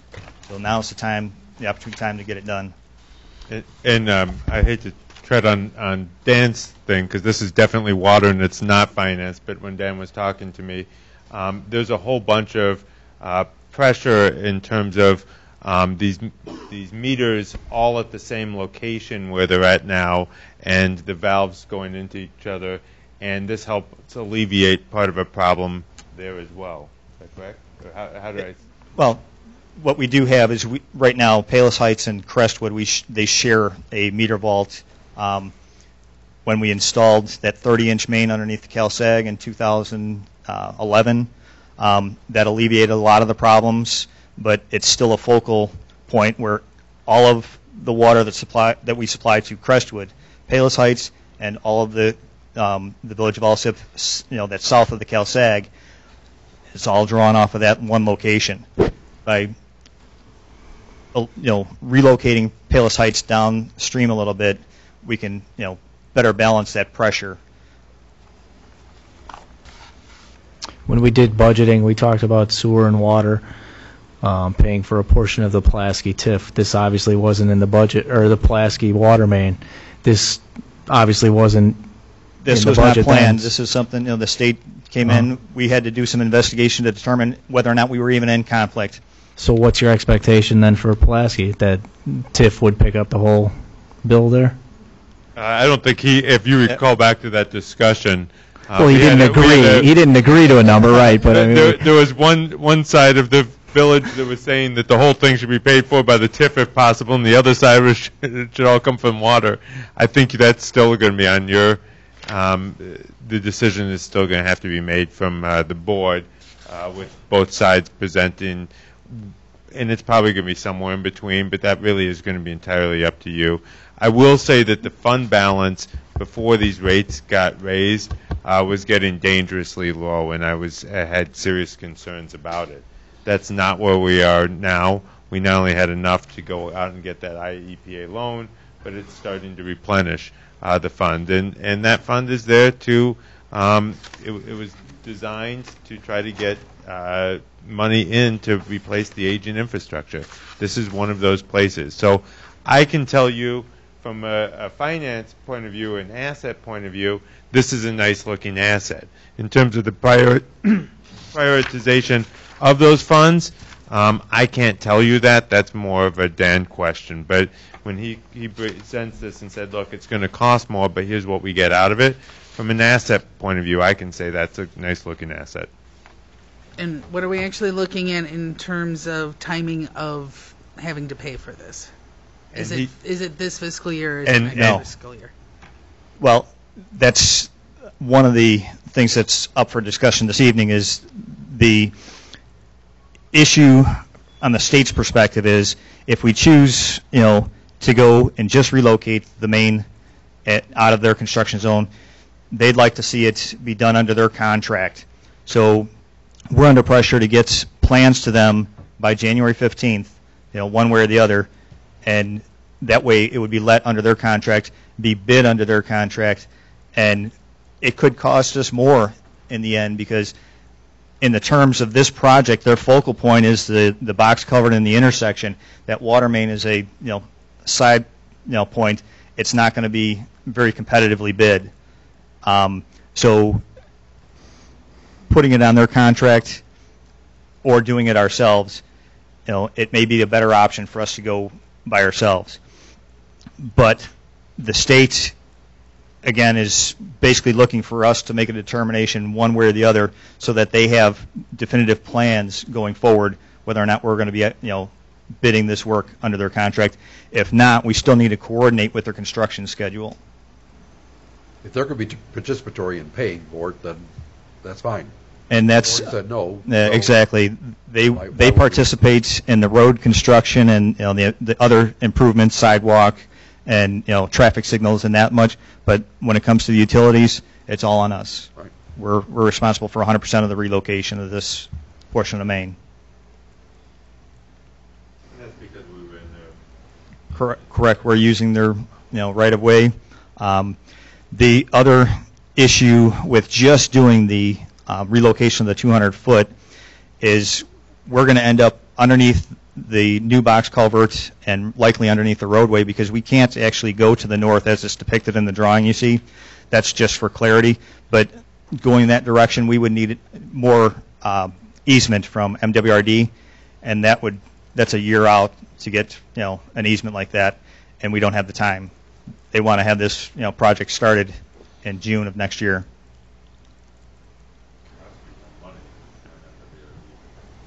So basically, my question to the board is I need direction as to which route so that we can begin designing this and get the plans to the state of Illinois. Well, I don't like spending money twice. So I say fix it right. I have to agree with Trustee Dalzell. Agreed. Yeah, no, you and I had talked about that, and I know it's a good presentation, and I think our hands are kind of tied here in this situation yet, too. Unfortunately, yes, it's not something I had planned to spend money on, but, like I said, it's the opportunity to do it and, improve some issues, that we may have in the future. Right. So is this like a 50-50 split between us and Payless? Not necessarily. That's up for negotiation as well. Obviously, they have a 16-inch main. We have an 8-inch main. We're looking at that 8-inch and the other 12-inch that's on the other side of the street there. That supplies all of Chippewa and all the apartments on Alpine, all the businesses on CalSag. Those are my only two pieces of infrastructure, so they're pretty important for that location, as well as the service to Payless Heights. They're a customer of ours. We want to make sure we continue to provide water to them, at all costs. So we want to do what we can to improve that, to maintain them as a customer. That said, sharing that cost, it's going to come down to the construction, estimates. Saying, if we had to go it alone, putting a 8-inch main down there for the 850 feet, it wouldn't cost $1 million, but it would still be pretty pricey. And the same thing for Payless with their 16-inch main. So the difference in costs is where we'll end up negotiating, the percentage. It's likely to be about a 60-40 split, somewhere in that neighborhood. There's about 3 or 4 different ways you can come up with how the split should be. So there's different ways to calculate that split. And that's why it comes to negotiation. Again, it's subjective as to which way you picked.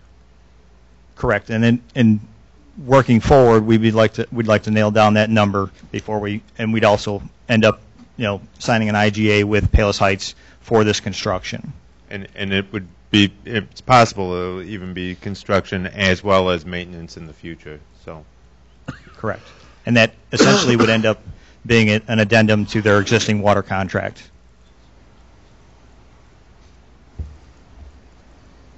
Okay. So, any questions on that then? I think you have to get down to the next agenda. So, pushing forward, because I need to get some information out to our engineers tomorrow, proposing that we move forward with the combined pipe. Is that correct? Yes.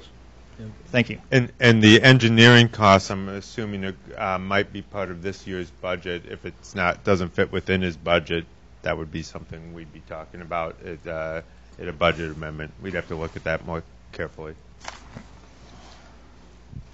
All right. The second item was a snowplow for our F-250. Again, this is an item I had proposed when we purchased the vehicle. It's equipped to handle the work, and it's just something, for a reasonable cost, we can alleviate some pressure on the Public Works Department, not having to maintain our facilities, and it would also be utilized as a backup. I'm not promoting the idea of our guys coming in to plow on overtime to clear our lots. It's just something, currently our lots are cleared by Public Works when they're free, but their main goal is to get the roads open. And sometimes we have an issue with getting personnel and, vendors on site to do repairs, when we need to clear our lots. Beyond that, like I said, as a backup piece of equipment, this would be a universal mount that's, compatible with, Public Works existing equipment. What's the cost on that then? It's $6,017. You had 3 pricing proposals in there. I'm sorry, I didn't get a copy. Okay. Okay.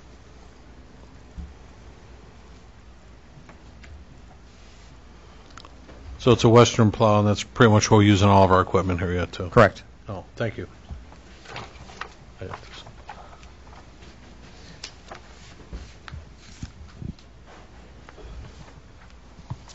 So is the committee in favor of putting that on the agenda next week? Yes. Okay. All right, we'll get that on the agenda next week then. All right, and then one thing I didn't have on the agenda, but I'd like to add, I gave you, as part of this package also, I've got an issue with a drain pipe at our north reservoir. It has a collapsed section. We tried to investigate the extent of the collapse. We tried to get a camera in there to, determine how bad the pipe was. We couldn't get the camera in. We sent the jet in to clean the pipe out. That ended up getting stuck. So we have what we believe to be about 20 feet of pipe that's in bad shape, needs to be excavated and repaired. Unfortunately, it's 15 feet deep, so it's a challenge to get this repaired. I did provide you with the pricing from 4 quotes that I did receive. You can see 2 of them are fairly high. The other 2 were fairly competitive. The lowest quote is obviously the one I'm looking to utilize based on our village ordinance, unless you guys direct me otherwise.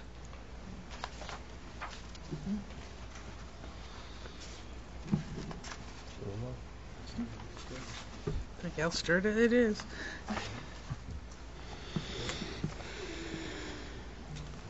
Any questions on that one? No. Committee's going to just give direction to them. Did you want to go with the lowest cost? Elster. Okay.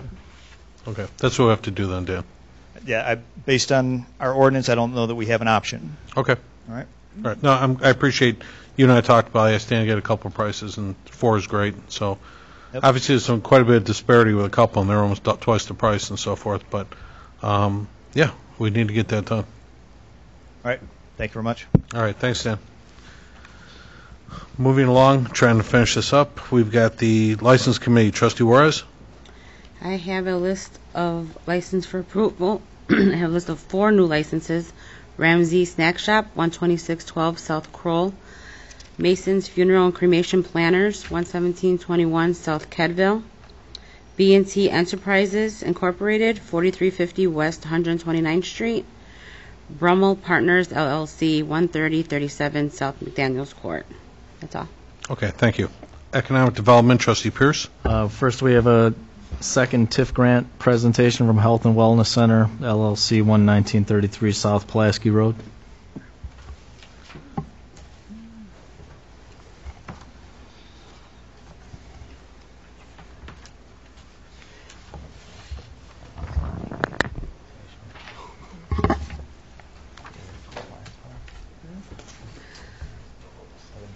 Thank you.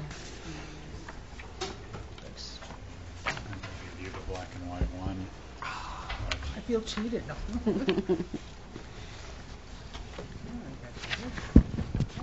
Hi, I'm Roger Hopkins. Let me just introduce this real quickly. About 4 months ago, you first heard a presentation from Health on Earth Wellness about taking over the building at 11933 South Pulaski. At that time, the project was almost $1,200,000 with a $550,000 requested participation by Pulaski's TIF district. They've now brought the cost of the project down to roughly about $800,000. The remaining project that still needs to be financed, Dr. Frank Vaught, the owner of the business, has already financed about $275,000 worth of the renovations by buying the building and providing for the real estate commissions and some of the other fees that go with the project. So that leaves roughly about $550,000 left. What they're asking for the village to consider now is that the TIF district assist with a grant of $250,000, leaving roughly about $344,000 for Dr. Frank to finance out of the remaining part of the project. And you can see from the renderings up on the screen, he's provided some rather substantial change in the appearance of this building, which is kind of right in the middle of the east side of Pulaski. And it's really an important thing. Even though it's a service business, the property has parking really to only support service businesses or small retail businesses and the apartments that are there.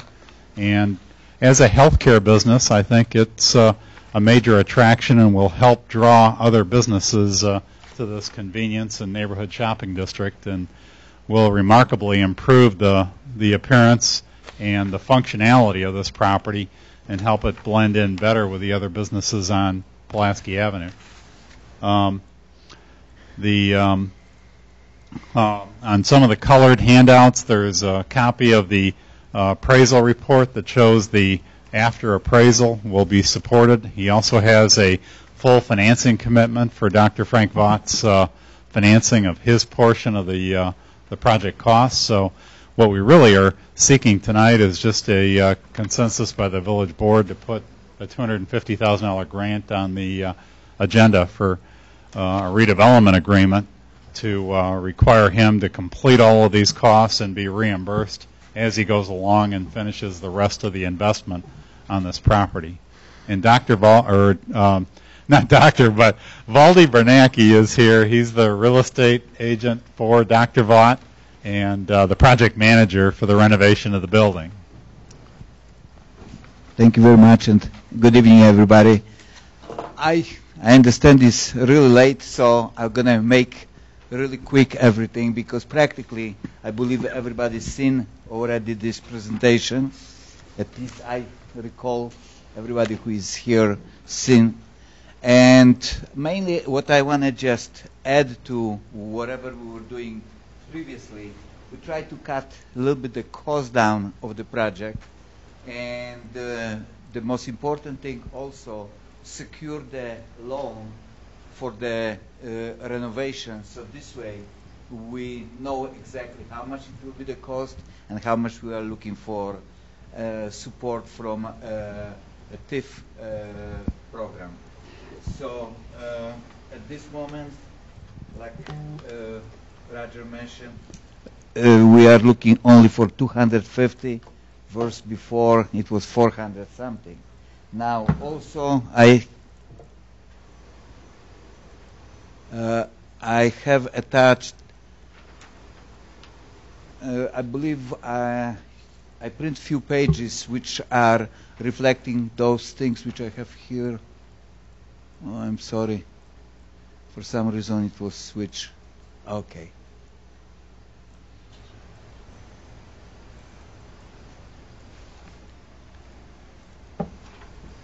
Here is that the letter from the bank, which is showing approval for $400,000, and also what I add to my presentation is the appraisal, which was done by professionals. It wasn't anymore guessing like we did originally. And part of this presentation is attached to those sheets which Roger was passing. And mainly what I just did because the entire appraisal is about 90 some pages. So I just put the first page of appraisal there and showing by whom was done, then also the numbers of appraisal and how it was done and what was taken in consideration doing this appraisal. I rather have right now questions because I don't want to repeat myself. I believe first presentation was pretty well covered everything, so I don't want to waste everybody's time, and I know it's running late right now, so I'm open for any questions regarding this project. So, Valdi, to surmise what you've got here, property purchase costs $250,000. Then you've got a list of everything to rehabilitate the properties that basically come up to $799,000, right? Yes, and this is matching estimate, which was also done by appraiser, independent appraiser for the bank. I get it. So you've got roughly $344,500 worth of TIF eligible expenses. Yes. You're asking for the village to participate in Only in 250. $250,000 of the 344 that were TIF Yes, eligible. exactly. Leaving a difference of $549,000. Which will be done by the owner. And obviously, exactly. So the owner would be picking up the difference of that money where he's Yes. $549,000 and 274. You've got another property purchase. Oh, I see. That's part of the property purchase was in there. Okay, and so 275 is what the doctor is going to be paying for then, too, Yes, out of his exactly. pocket, Mhm. which will account for the entire, call it $800,000 all day. Yes. Right. Okay. So, board, that's what's being presented to you this evening for consideration of $250,000 on Now, I didn't mention anything about residential portion because this, I understand, is not covered by TIF money, but still, doctor will be spending still money on upgrading those apartments, which I didn't put in this presentation to not get confused what will be done under the TIF program, what it will be done as a private portion of the project. But yet that still includes on the storefronts that he's going to rent out regardless. Storefront, I am assuming this is entire building. I am talking about. And then if you remove the $110,000 of equipment and machinery that he has for his own personal business, then his end, other than the property, is $165,000.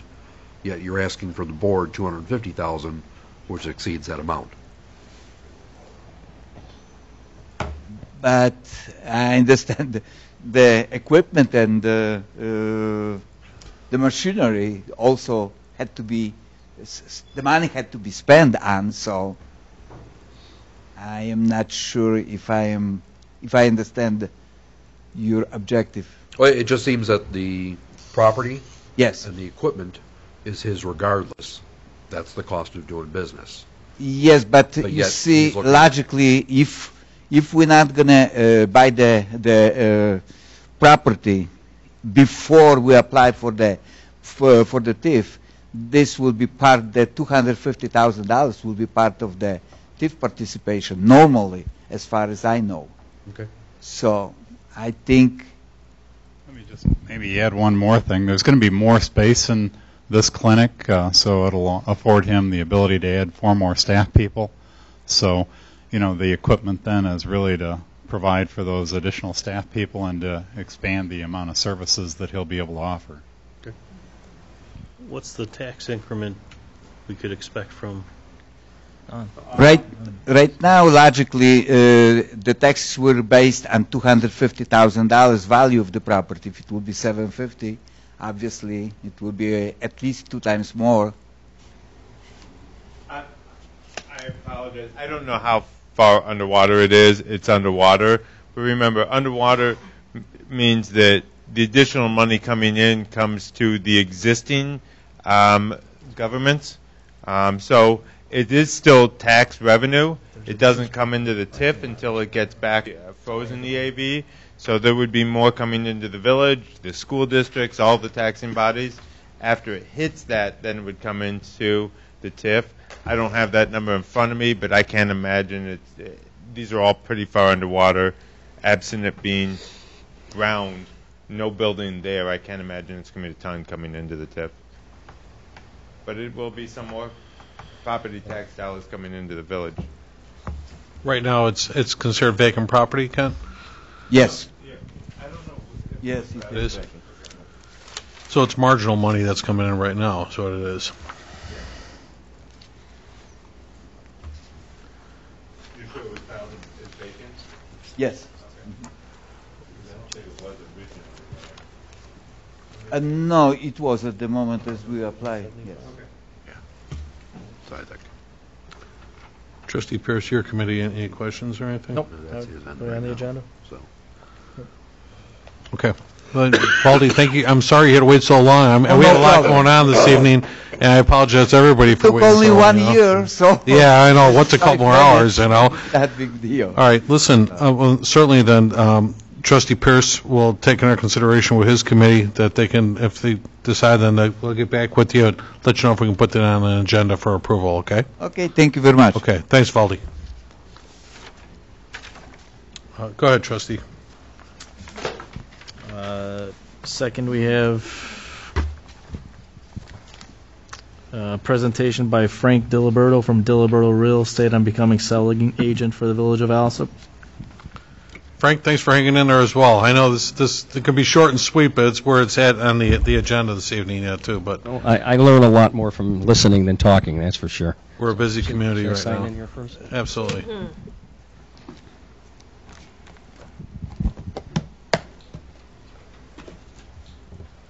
So we were in communication with Mr. Diliberto regarding his ability to act as a licensed real estate agent to help us with the selling portion of property acquisitions that we want to make on Pulaski.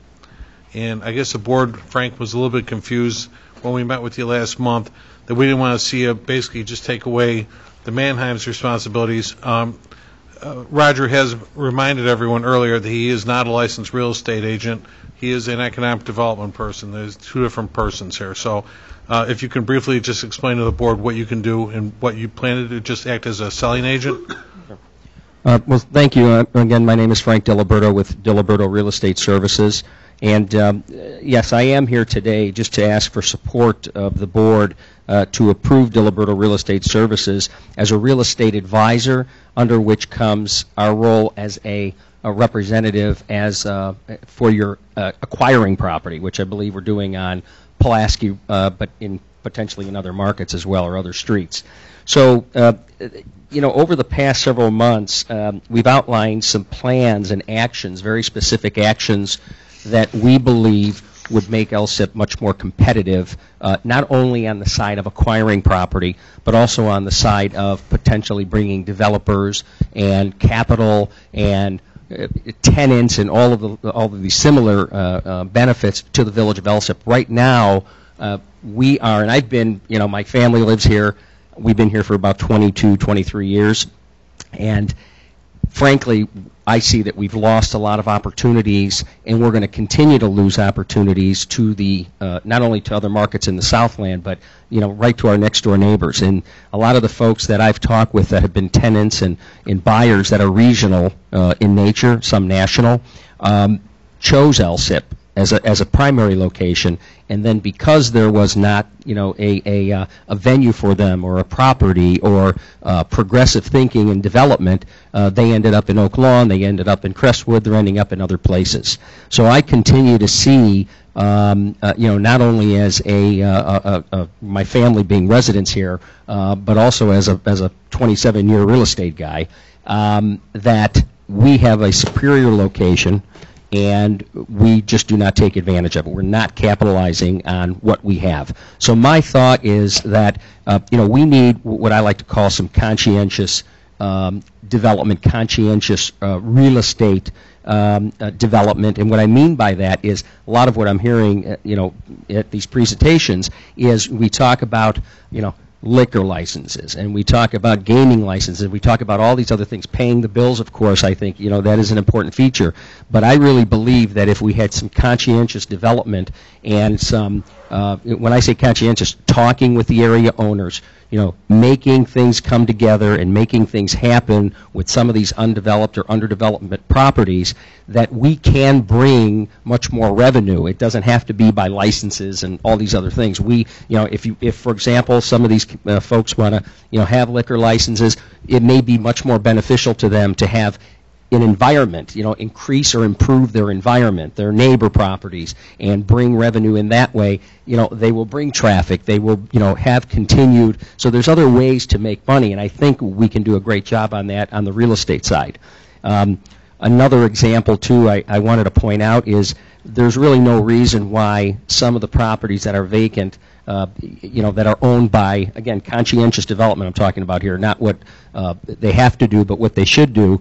There's no reason for, someone that's worth $100 million to leave, vacant real estate on a major corridor in Alsip, just sit there in a road, for 10 years. There's no reason for this to be happening. So I think that, action should be taken with these kinds of folks, and to promote development. It's bringing down major corridors in the village of Alsip, and folks around us are capitalizing on this. So my thought to conclude is what I want to do is open the village's mind up to representation, of course, on the acquisition side of real estate, but also consider approving our firm, or frankly any firm, to come in as real estate advisor and do some proactive work in making real estate a much more important part of Alsip than it currently is. So I appreciate the opportunity to talk with you about this. Understood. And actually, we had previous meeting. We had a committee meeting just recently, and again, the big topic for us right now is finally we've got through a little bit of minutia on one of the property acquisitions that we received information on this evening. This afternoon rather, on one property on Pulaski, but the other two have been. We ran into a snag with a billboard we felt would be detrimental to the sale. There's nothing we can do about it. We're going to try. I'd like to see us work around it. That would be my wish anyway. But most importantly, as I've explained to the board, we can't do anything with these properties until we purchase them. And once we purchase them, we get Frank an opportunity to sell these things then too, because you can't sell something we don't own yet too. Right. So, correct. Yeah. And my past experience with you, in the 6 years I was even a trustee before being a mayor. Your strong suit was always you're a big leasing agent. You bring people in. Yes, So absolutely. That was always your deal, and again, we got to make properties available for you to do so. You basically can assist our economic development people, but we need your services to close on said properties. So, board, that's why I asked Frank to come out tonight, so we can have engage with somebody. So we're not. There's no reason for us to fish for an agent while we have one currently in front of us. And Frank, any other terms or anything like that, or like commission-wise or anything like that? Anything we need to heads up on? There's different areas. I'd like to just say one more thing. There's different areas that we can, address. So we work with capital firms. We do have an investment banking side of our firm, so we can bring in and finance investors that are from the outside markets coming in, and we can certainly work with economic development. So we talk about, tenant, and we talk about, my thought is that we should target specific goals. So my thought would be, my vision for this, and again, I have a lot of, personal effects to the village of Alsip, so I think a little bit outside the box. But my thought is that we create a plan and we say, here are the strategic properties, strategic corridors, here are the vacancies, here is where we can have development, and come up with a very specific plan on how much space we want to lease and how much we want to sell and what kind of development we want to bring in, the capital we need. And we can facilitate that environment. We can create the environment. So if investors come in and capital come in, they're not coming in for purpose of one building. They're not coming in because, we leased a property to a regional tenant. What they're coming in for is there is a city plan to increase the value of real estate. And as we increase real estate, we increase the value of the homes. We increase jobs. We do all of these things. That is how we can help. That's how our firm can help. That's how we do it across the country. We worked in 10 states last year. So, and this is in our backyard, so we can help with this. All right, understood. And we do have, right now, our first priority is the Pulaski Avenue Indeed. corridor. So right. Certainly, Frank, I'll, trustees, any questions for Frank this evening? Any questions? No. Okay. Frank, certainly we'll work on putting this on an agenda, get an approval, and to have you act as our selling agent to represent this village. Okay. But most importantly, we don't have anything to sell just yet, so we're working on that. And if there's anything else, questions or opportunities that come up, we're always open to hearing a question or facilitating whatever needs to be done. We've already have our letters of intent. We have everything ready to go. Okay. Okay. So all right. We're standing by. So okay. All right. Thank you. Thank you. Appreciate it. I appreciate your patience. Mr. Gilberto, could you sign in, please? Mayor, what would we be approving? Thank you. Do we have a contract or anything? The state's commissions, or what are we approving? No, it would just be utilizing. In other words, that we have a closing realtor because we don't have one right now. Right, but we have to have a contract or some sort of agreement that says we're going to pay a specific amount, or do we're going to have that prior to the vote, right? Wasn't there a proposal that had been brought forth once before? Exactly. Frank, you gave us a proposal with yeah, exactly. We'll defer back to that, trustee. I'll get everybody that information again. Okay. Yep. Go ahead, Mike. You have one more? Yep. Presentation TIF grant presentation from Firewater Barbecue. Matt, I got to thank you much. I mean, I'm telling you, obviously. I'm starving. I know. I saw you setting up back there. You're killing me, But I really appreciate your patience, man. You can see how busy our community is right now, then too. So. Appreciation right now. I'll tell you that right now. I went to college and I was in a fraternity. It's very different in our meetings, in our executive board meetings than this was. So I will say that I have a newfound respect for all of it. So.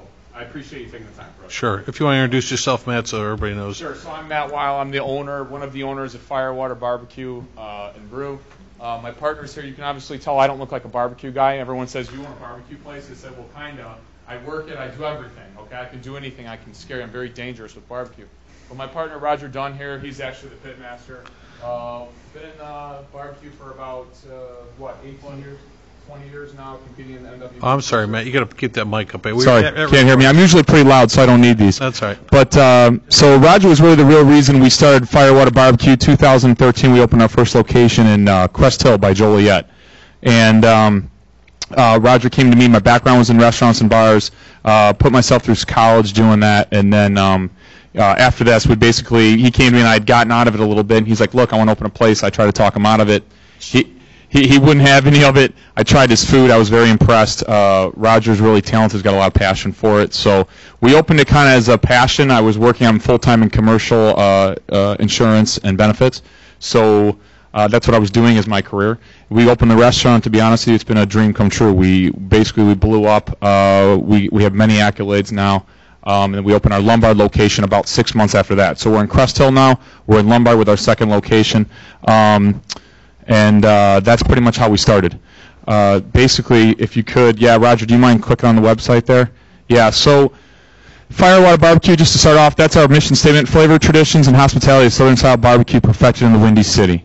Right now, we basically, we wet rub, dry rub, smoke all of our own meats, cheeses. We also do have local regional craft beer. We're a quick casual concept.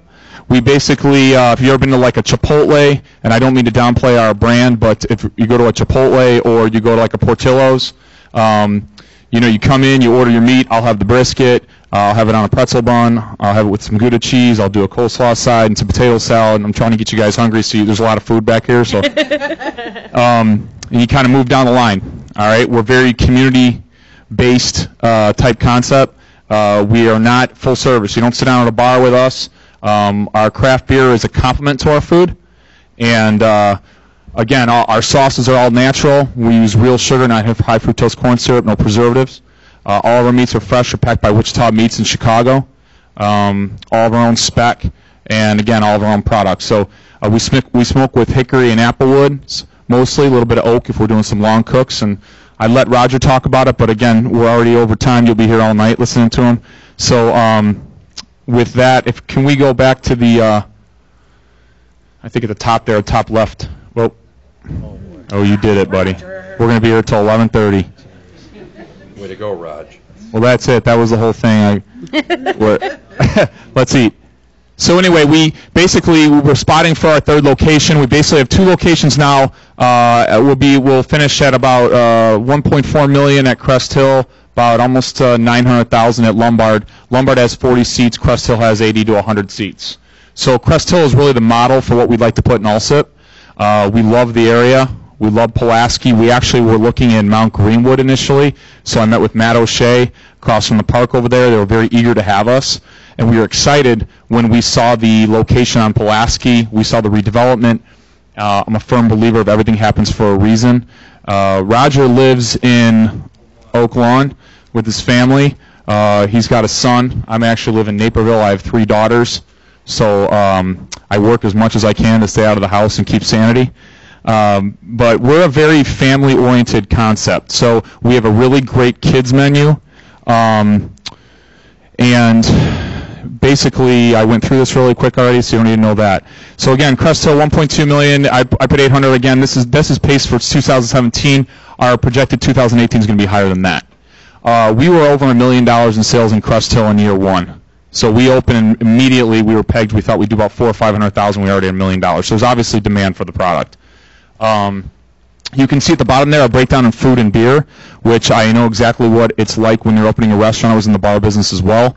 We do 97% of those sales are for food, and the other 3% is beer. So it's a complement. We really want our customers to come in, say, hey, you're waiting for your food. We take the ribs, we put them on the grill, we glaze them, we candy them. So it takes, 10 to 12 minutes. And we would like a guy maybe to have a beer. We try to stick with, again, local and regional brands only. We're not somebody who brings in, we don't usually sell a Stella. Not that it's a bad beer, but if you know it's from Italy, no. We're regional. Illinois, Michigan, Wisconsin, Indiana. So basically those sales were done on a 2,400 square foot blueprint. And this is a little bit of the rendering, what we'd like to do on Pulaski. This rendering was done for what is now was known previously as Demon Dogs. Okay? We tried to work within what we had. I think a lot of people in this room, if you've seen that location, are like, yeah, there's no way it's going to look like that. But those are roll-up doors. And basically, a lot of the facade and changes like that is we use a lot of cedar. All of our concepts inside and out are really designed for experience. We try to make sure that we get people out of their regular rigmarole of, the real world for at least 30 minutes to an hour, and play a lot of Muddy Waters, bluesy music, and some country if you guys are fans of that. We kind of had some people ask why Alsip, why we're set on it now. We've had some really good feedback from a lot of the people, even in this room. And we looked at the demographic of the area. We appeal a lot to hardworking family, kind of a family class, all the way up. And we appeal. Everybody says, who comes in? I'm like, it's amazing. You come into any one of our locations on any night or any time, you see everyone from little kids running around. We got a Little Pigs menu. All the way up till, you got a bunch of guys after a softball game, having a beer and put down a brisket sandwich. I guess to just make it clear, we use 6 major proteins. We do an all-natural baby back rib. We do a smoked brisket, beef brisket, Angus beef brisket, pulled pork. We do smoked pulled chicken, our own sausage link with our own grind, maple bacon, and wings. Did I cover it all? Right now we're doing prime rib for the holidays. We do a smoked prime rib, which is cool, which is good too. Nice. Our price points between it's right around $10 to $12. Our beers are always priced between $3 and $5.50 to $6.50 if it's like a premium craft beer. The reason we want that is, again, we're a lot more about volume. In this concept, we planned on introducing drive-through, which I did sales here based on sales 1, 2, and 3 for this location based on drive-through. It'll be a limited menu. Obviously, you're not going to do ribs in a drive-through and things like that because we prepare it fresh. It takes time. But we'll have a limited menu for the drive-through, so we really fully believe that our sales numbers will probably exceed both location 1 and 2 pretty quickly. Another big point that I like to point out, and I brag about this, being in commercial insurance and benefits, all of my managers have full benefits. Group health, 401k with 3% match. We do disability, we do income replacement, and even our part-time employees are offered insurance benefits. So we want them long-term. We reinvest a lot of our profits into our people. And the reason we do that is we like to really build a strong brand and a community feel, and we know that's longevity for our business model. We're not a grease pit. We're not a shack. Maybe there are some good barbecue shacks. Roger will get mad I said that, but there's some shacks that got great barbecue, but that's not what we are. So I think that's a lot of, I encourage everybody, if you haven't been in, I think a few people in the room actually stopped in. They didn't tell me or notify me at all, so they said it was good, and they all smiled really big. So that's a good sign. So that's it. For now, I'd like to actually, if there's only questions for me about concept, people, our brand, then I want to turn over to Mel and kind of talk a little bit about the financial side of it as well. Very good. Good? Yeah? Thank you, Matt. Good evening, Mayor, trustees. I was a lot sharper at 3 o'clock today. Older people, we wake up real early in the morning, so this is an ordeal for me. You just got the excitement from Matt of the business. The business model is working extremely well. I met him because he happens to be a tenant in a shopping center that I just purchased. What I do is I typically find properties that need a little assistance, and I turn them around. Been doing that for 41 years. Work very heavily with TIF, work with all sorts of different entitlement programs, and basically try to make deals work that otherwise would have difficulty coming together. For those reasons, Matt asked me to help him with this particular project, but for some assistance from the city. I'm not sure that he can do this project. We were looking specifically at Demon Dog as a location. We know there's some issues that would need to be addressed if we went forward with that location, but the positive side of the agenda for that is that he could be up and running in 120 days, and we could be providing the benefits to this community in that period of time. Benefits are kind of interesting. I know we've had some conversations with Kent about the TIF district and the position the TIF is in. Normally I could say to you, well, gosh, we're going to increase the increment. That's going to be great. We certainly will be providing, I'm going to estimate 20 FTE, full-time employment for the community. Sales tax revenue, if we're looking at $1.6 million in sales and there's 2% local option, the math becomes pretty simple, $32,000 a year going towards the city. I mean, there's a lot of positive factors that we bring with us, but again, in order to make this a reality, we certainly need the assistance from the city, from the TIF district, or from whatever imaginative ideas we can all come up with together.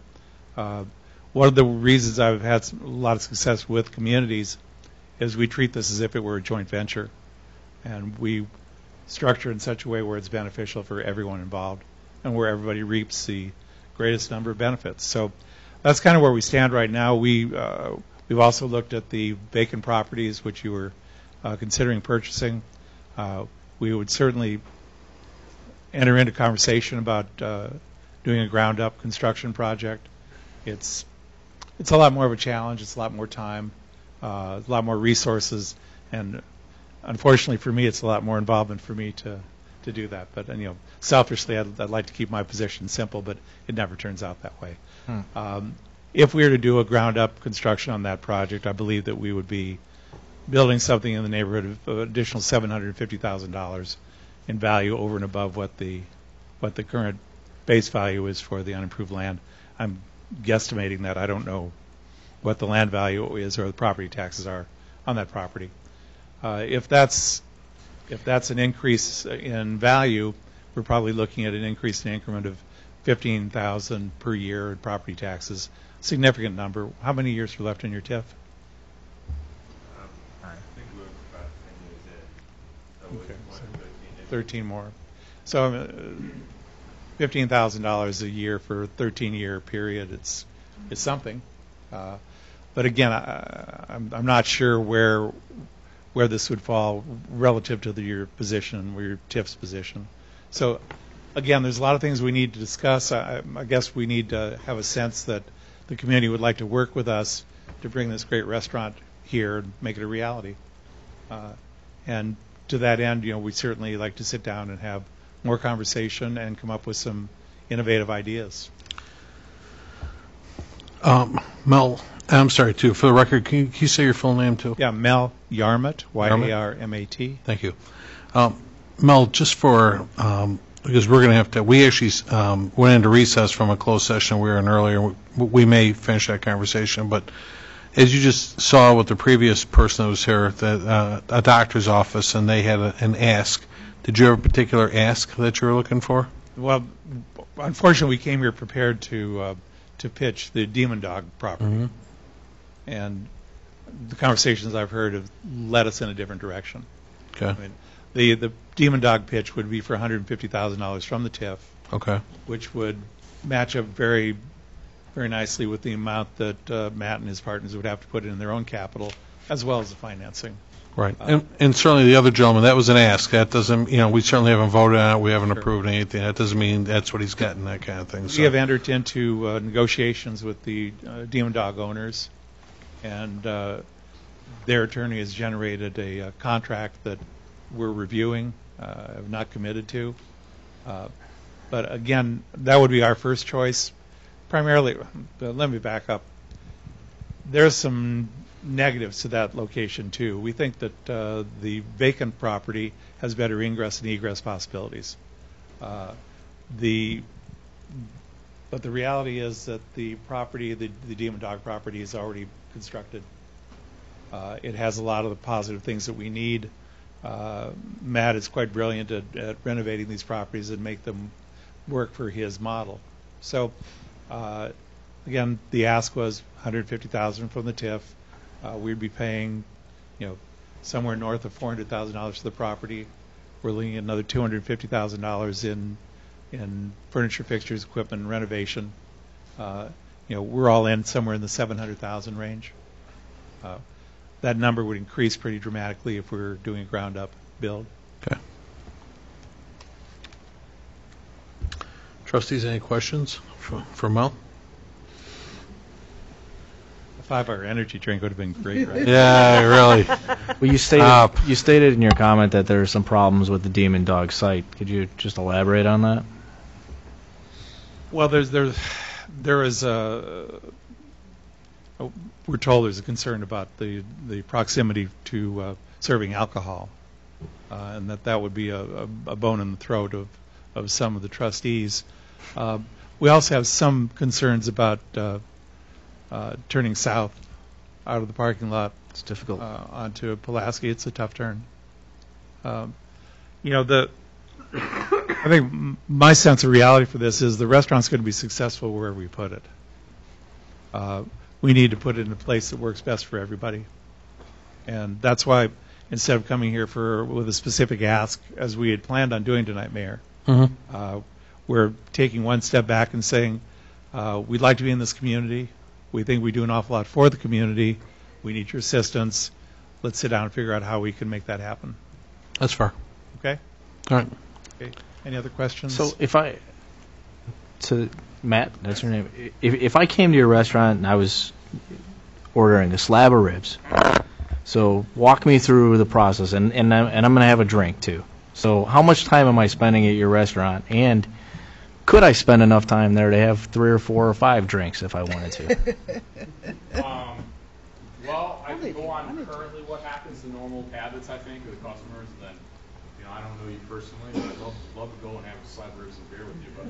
But we're right now, basically, generally speaking, guy comes in, says, I'm doing a slab of ribs. He usually gets 2 sides, and if he's going to have a beer, he'll usually pick a beer that's going to pair well. It's be something that we would pair well with the meal. So stout style beer or something like that. As you know, that's a very fillings type beer or an amber ale. So we're not putting out Miller Lights. We really don't carry many IPAs, which is a stronger ABV. We do a lot of what we try to tell them, hey, it's good with this beer, it's good with that beer. Generally speaking, we give so much food. If you come into our restaurant, I can tell you, I can't even finish it. I can eat a lot. And you'd get a slab of ribs. If you said, yeah, I'd have a beer, great, what would you like? You'd pick it. Manager on duty, obviously all our employees are BASA trained. We're in Lombard, which is a really strict village. It's County DuPage. All of our employees are BASA trained. We do that corporate wide now for all of our employees. Manager or BASA trained employee that's over the age of 21 will open the beer, hand it to the customer. Generally speaking, someone like yourself would probably sit down and have your beer, wait. Your slab of ribs takes 10 to 12 minutes or whoever you're with. You'd sit down. By the time you get halfway through it, if you want another beer, you have to go back up to the counter to get it. No one's coming over. You guys want another beer? You want another beer? Dumping more beers? You want to do a shot? We didn't carry liquor. So we see a lot of guys that if we run a real long wait time, we'll have some times where we've got 2 lines, 2 registers ringing in Crest Hill, and guy will wait, and a lot of times they don't want to get back in line. And this may sound bad from a business perspective, those of you who know business, but the truth is this. My goal is not to give a guy and have him come in and drink 4, 5, 6 beers. I don't need that. What I want him to do is a beer, maybe 2, and buy a slab of ribs, like you just said. We just made $30 on one person, $30 ticket average. And our gross profit on that is somewhere around $22. Okay, you can do that all day long. Guy has a brisket sandwich at $13, $14 with a combo, and he has 1 beer. His ticket's $16. I don't need him to sit there and drink all night, and it doesn't make sense. We don't have a separate counter even for them to order beer. We're really looking for someone to come in, and it's a great pairing, and maybe you get a really good beer. You finish half it before you get your meal, and a little bit throughout, and that's it. We also carry a really nice line of craft sodas. That's important. Sweet tea, lemonade. And that's really what you see. You see a lot more of that. So that's a lot of what you see. I will tell you, big sales driver for us in a day, if we do, $5,000 to $6,000 on a Friday, and we do lunch. We have 2,500 in the register by 2 o'clock. And that's because we're a big lunch spot. You can get in and out, get a meal between 8 and 12 minutes, made fresh. All of our sides are fresh, so they have their meal, and boom, they sit down with a couple execs, come in all the time. And it's funny, you walk into even our Crest Hill location, and half the room are people guys on the force. You got 15 firefighters, you got 6 guys in suits, and then you got the guys from the local dealerships, and we draw from all village. I mean, we draw from everywhere. In Crest Hill, people are, where's Crest Hill? Because I never knew it was at. And I didn't. I had no idea where Crest Hill was. I said, where is Crest Hill? It's by Romeoville. It's by Joliet. People start telling us by Plainfield. I get people all the time like, where do you live? And they're like, man, why don't you build one by us? I go, where do you live? Well, I live in, some guy. I had one guy, we live in LaGrange. I'm like, LaGrange? I'm like, dude, that's like 45 minutes away. Like, what are you doing here? He's like, oh, it's great. We love it. So we draw a lot. And I brag about us. I'm sorry I can be long-winded on this because I'm pretty excited about it. But we got a great atmosphere. We do a lot of bluesy music, a lot of kind of Louisiana style a little bit. So you get in there, it's real laid back. This is definitely not rock band, country jam and loud. It's got a really good atmosphere. So do you know where Muddy Waters is buried? Not yet. No, I don't. Right here in Alsip. Really? Yep. No, I didn't know that. Yeah. See, so there you go. I mean, yeah, even more. I told you, God does everything for a reason. I'm a firm believer of that. Yeah. Right. Will you be coming in full staffed, or will you be hiring people in the community? No, so right now I have a good leadership team that are in the units. I have a district manager that floats between Crest Hill and Lombard. But no, we'd be fully hiring all new. The only thing that I'd probably side note to that is we most likely would have to train the general manager. And most likely if we did that, we would utilize, I want to say a headhunter, maybe a resource to get somebody that's local. Obviously, if you have somebody that's happy and they live within 15, 20 minutes of the unit, they're not trying to run out of there at 8 o'clock, when they're off. Mm-hmm. Our hours operation, which is big, 11 to 9, Monday through Sunday. I didn't mention that. That's every day of the year, major holidays off. Again, a lot of side note, too, to a lot of communities that I hear is, hey, people drinking late night. No, we're 9 o'clock. Our places are pretty well empty by about 8:30. 8:15, 8:30, it's just quiet, So, again, if you go into like a Portillo's or a Chipotle and you look, that's very similar to what we are, demographic-wise and experience, so. I appreciate you fellows coming in. We made a great first presentation with the small committee that we had met with you a couple weeks ago. And, again, we did bring up the question, too, that evening. You're not interested in any gaming at your place. That's not the look that you're going for. No, so again, that was a discussion we had in Crest Hill. We probably have every gaming guy bang the door down every single day. No, we're a family place. We feel that takes away from the comfort of having your kid kind of, like I said, I have an 8 and a 6 and a 4-month-old, and they're all girls. So I know that my wife's not real excited to go in a place with a guy banging on machines, you know what I mean, and sipping on old style. Not that anybody does that, it's fine with me. But the point, hey, nothing wrong with old style, all right? Nothing wrong with that. But the point is that's not what we are. We don't do that. That's why I wanted to say that for the benefit of everybody looking. Yeah. I love the concept too. You're basically going to use the existing structure and enclose the existing canopy that's out there, and right. Obviously with the different look to it, that's a great look, Matt. And certainly, our big thing is, as you said, Mel, is we need to just sit down and see what we can do to help facilitate this for you right away. Because, as you said, Matt, when you told me about Mount Greenwood, and we came into there's another Firewater Saloon moving in there. Right. We got the name 6 months after you did, to be clear, correct? Yes. Okay. Yes. That's a bar rush. That's a bar. That's a saloon bar, full country bands and stuff like that. So you were going to have two venues, and what brought Matt to us was obviously the proximity and stuff, which we really appreciate. And we're looking forward to trying to work with you. Yeah, I got to give the credit to my partner Roger. He's the one who found the facility. He talked to me. He said, "Roger, I'm not going up there. It's a little dumpy hot dog stand. I don't even know that area." Yeah. And he's like, "Yeah, look at this building." I'm like, "Wait, is how much money it's going to cost us?" And then we went and looked, and we met with the owners, and it started to fit. But then we started to get curious about everything else on the street, and we saw the redevelopment.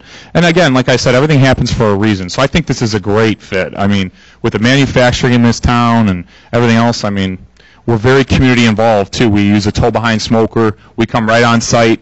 And you should definitely reach out to the villages we're in, Crest Hill and Lombard. Mayor Solomon in Crest Hill loves us. We do fundraisers for the force. We help the firefighters. We do whatever we can. Teachers, we're at all the schools. I'll tell you, over the weekend I spoke to two different individuals that don't really even know each other, and one guy gave you a big thumbs up on Crest Hill, and the other guy, his family goes to one in Lombard, and they both thumbs up. They said the both places are great. Yeah. Awesome. Thank you. You have the opportunity to give some thumbs up tonight, too, because they brought a bunch of... Now it's 4 hours old, 4.5 hours old. Folks, we're going to try and wrap this up. Yeah, no one's sleeping until 2 in the morning after you eat all this now. Maybe you'll sleep. But For those of you that survived the evening, which we appreciate you being here, they brought food in the back of the room. We can certainly help yourself if you like. yeah, we brought enough for 30 people, so everyone's got to take home, and we bought plate to take it home. But we have slow smoked, all natural baby back ribs and single bone tasters. We bought mini brisket sandwiches, which you got to remember, this brisket was smoked for 16 and a half hours, right? It's set up for about 48, then smoked for 16 and a half, and now you guys let it sit for 5.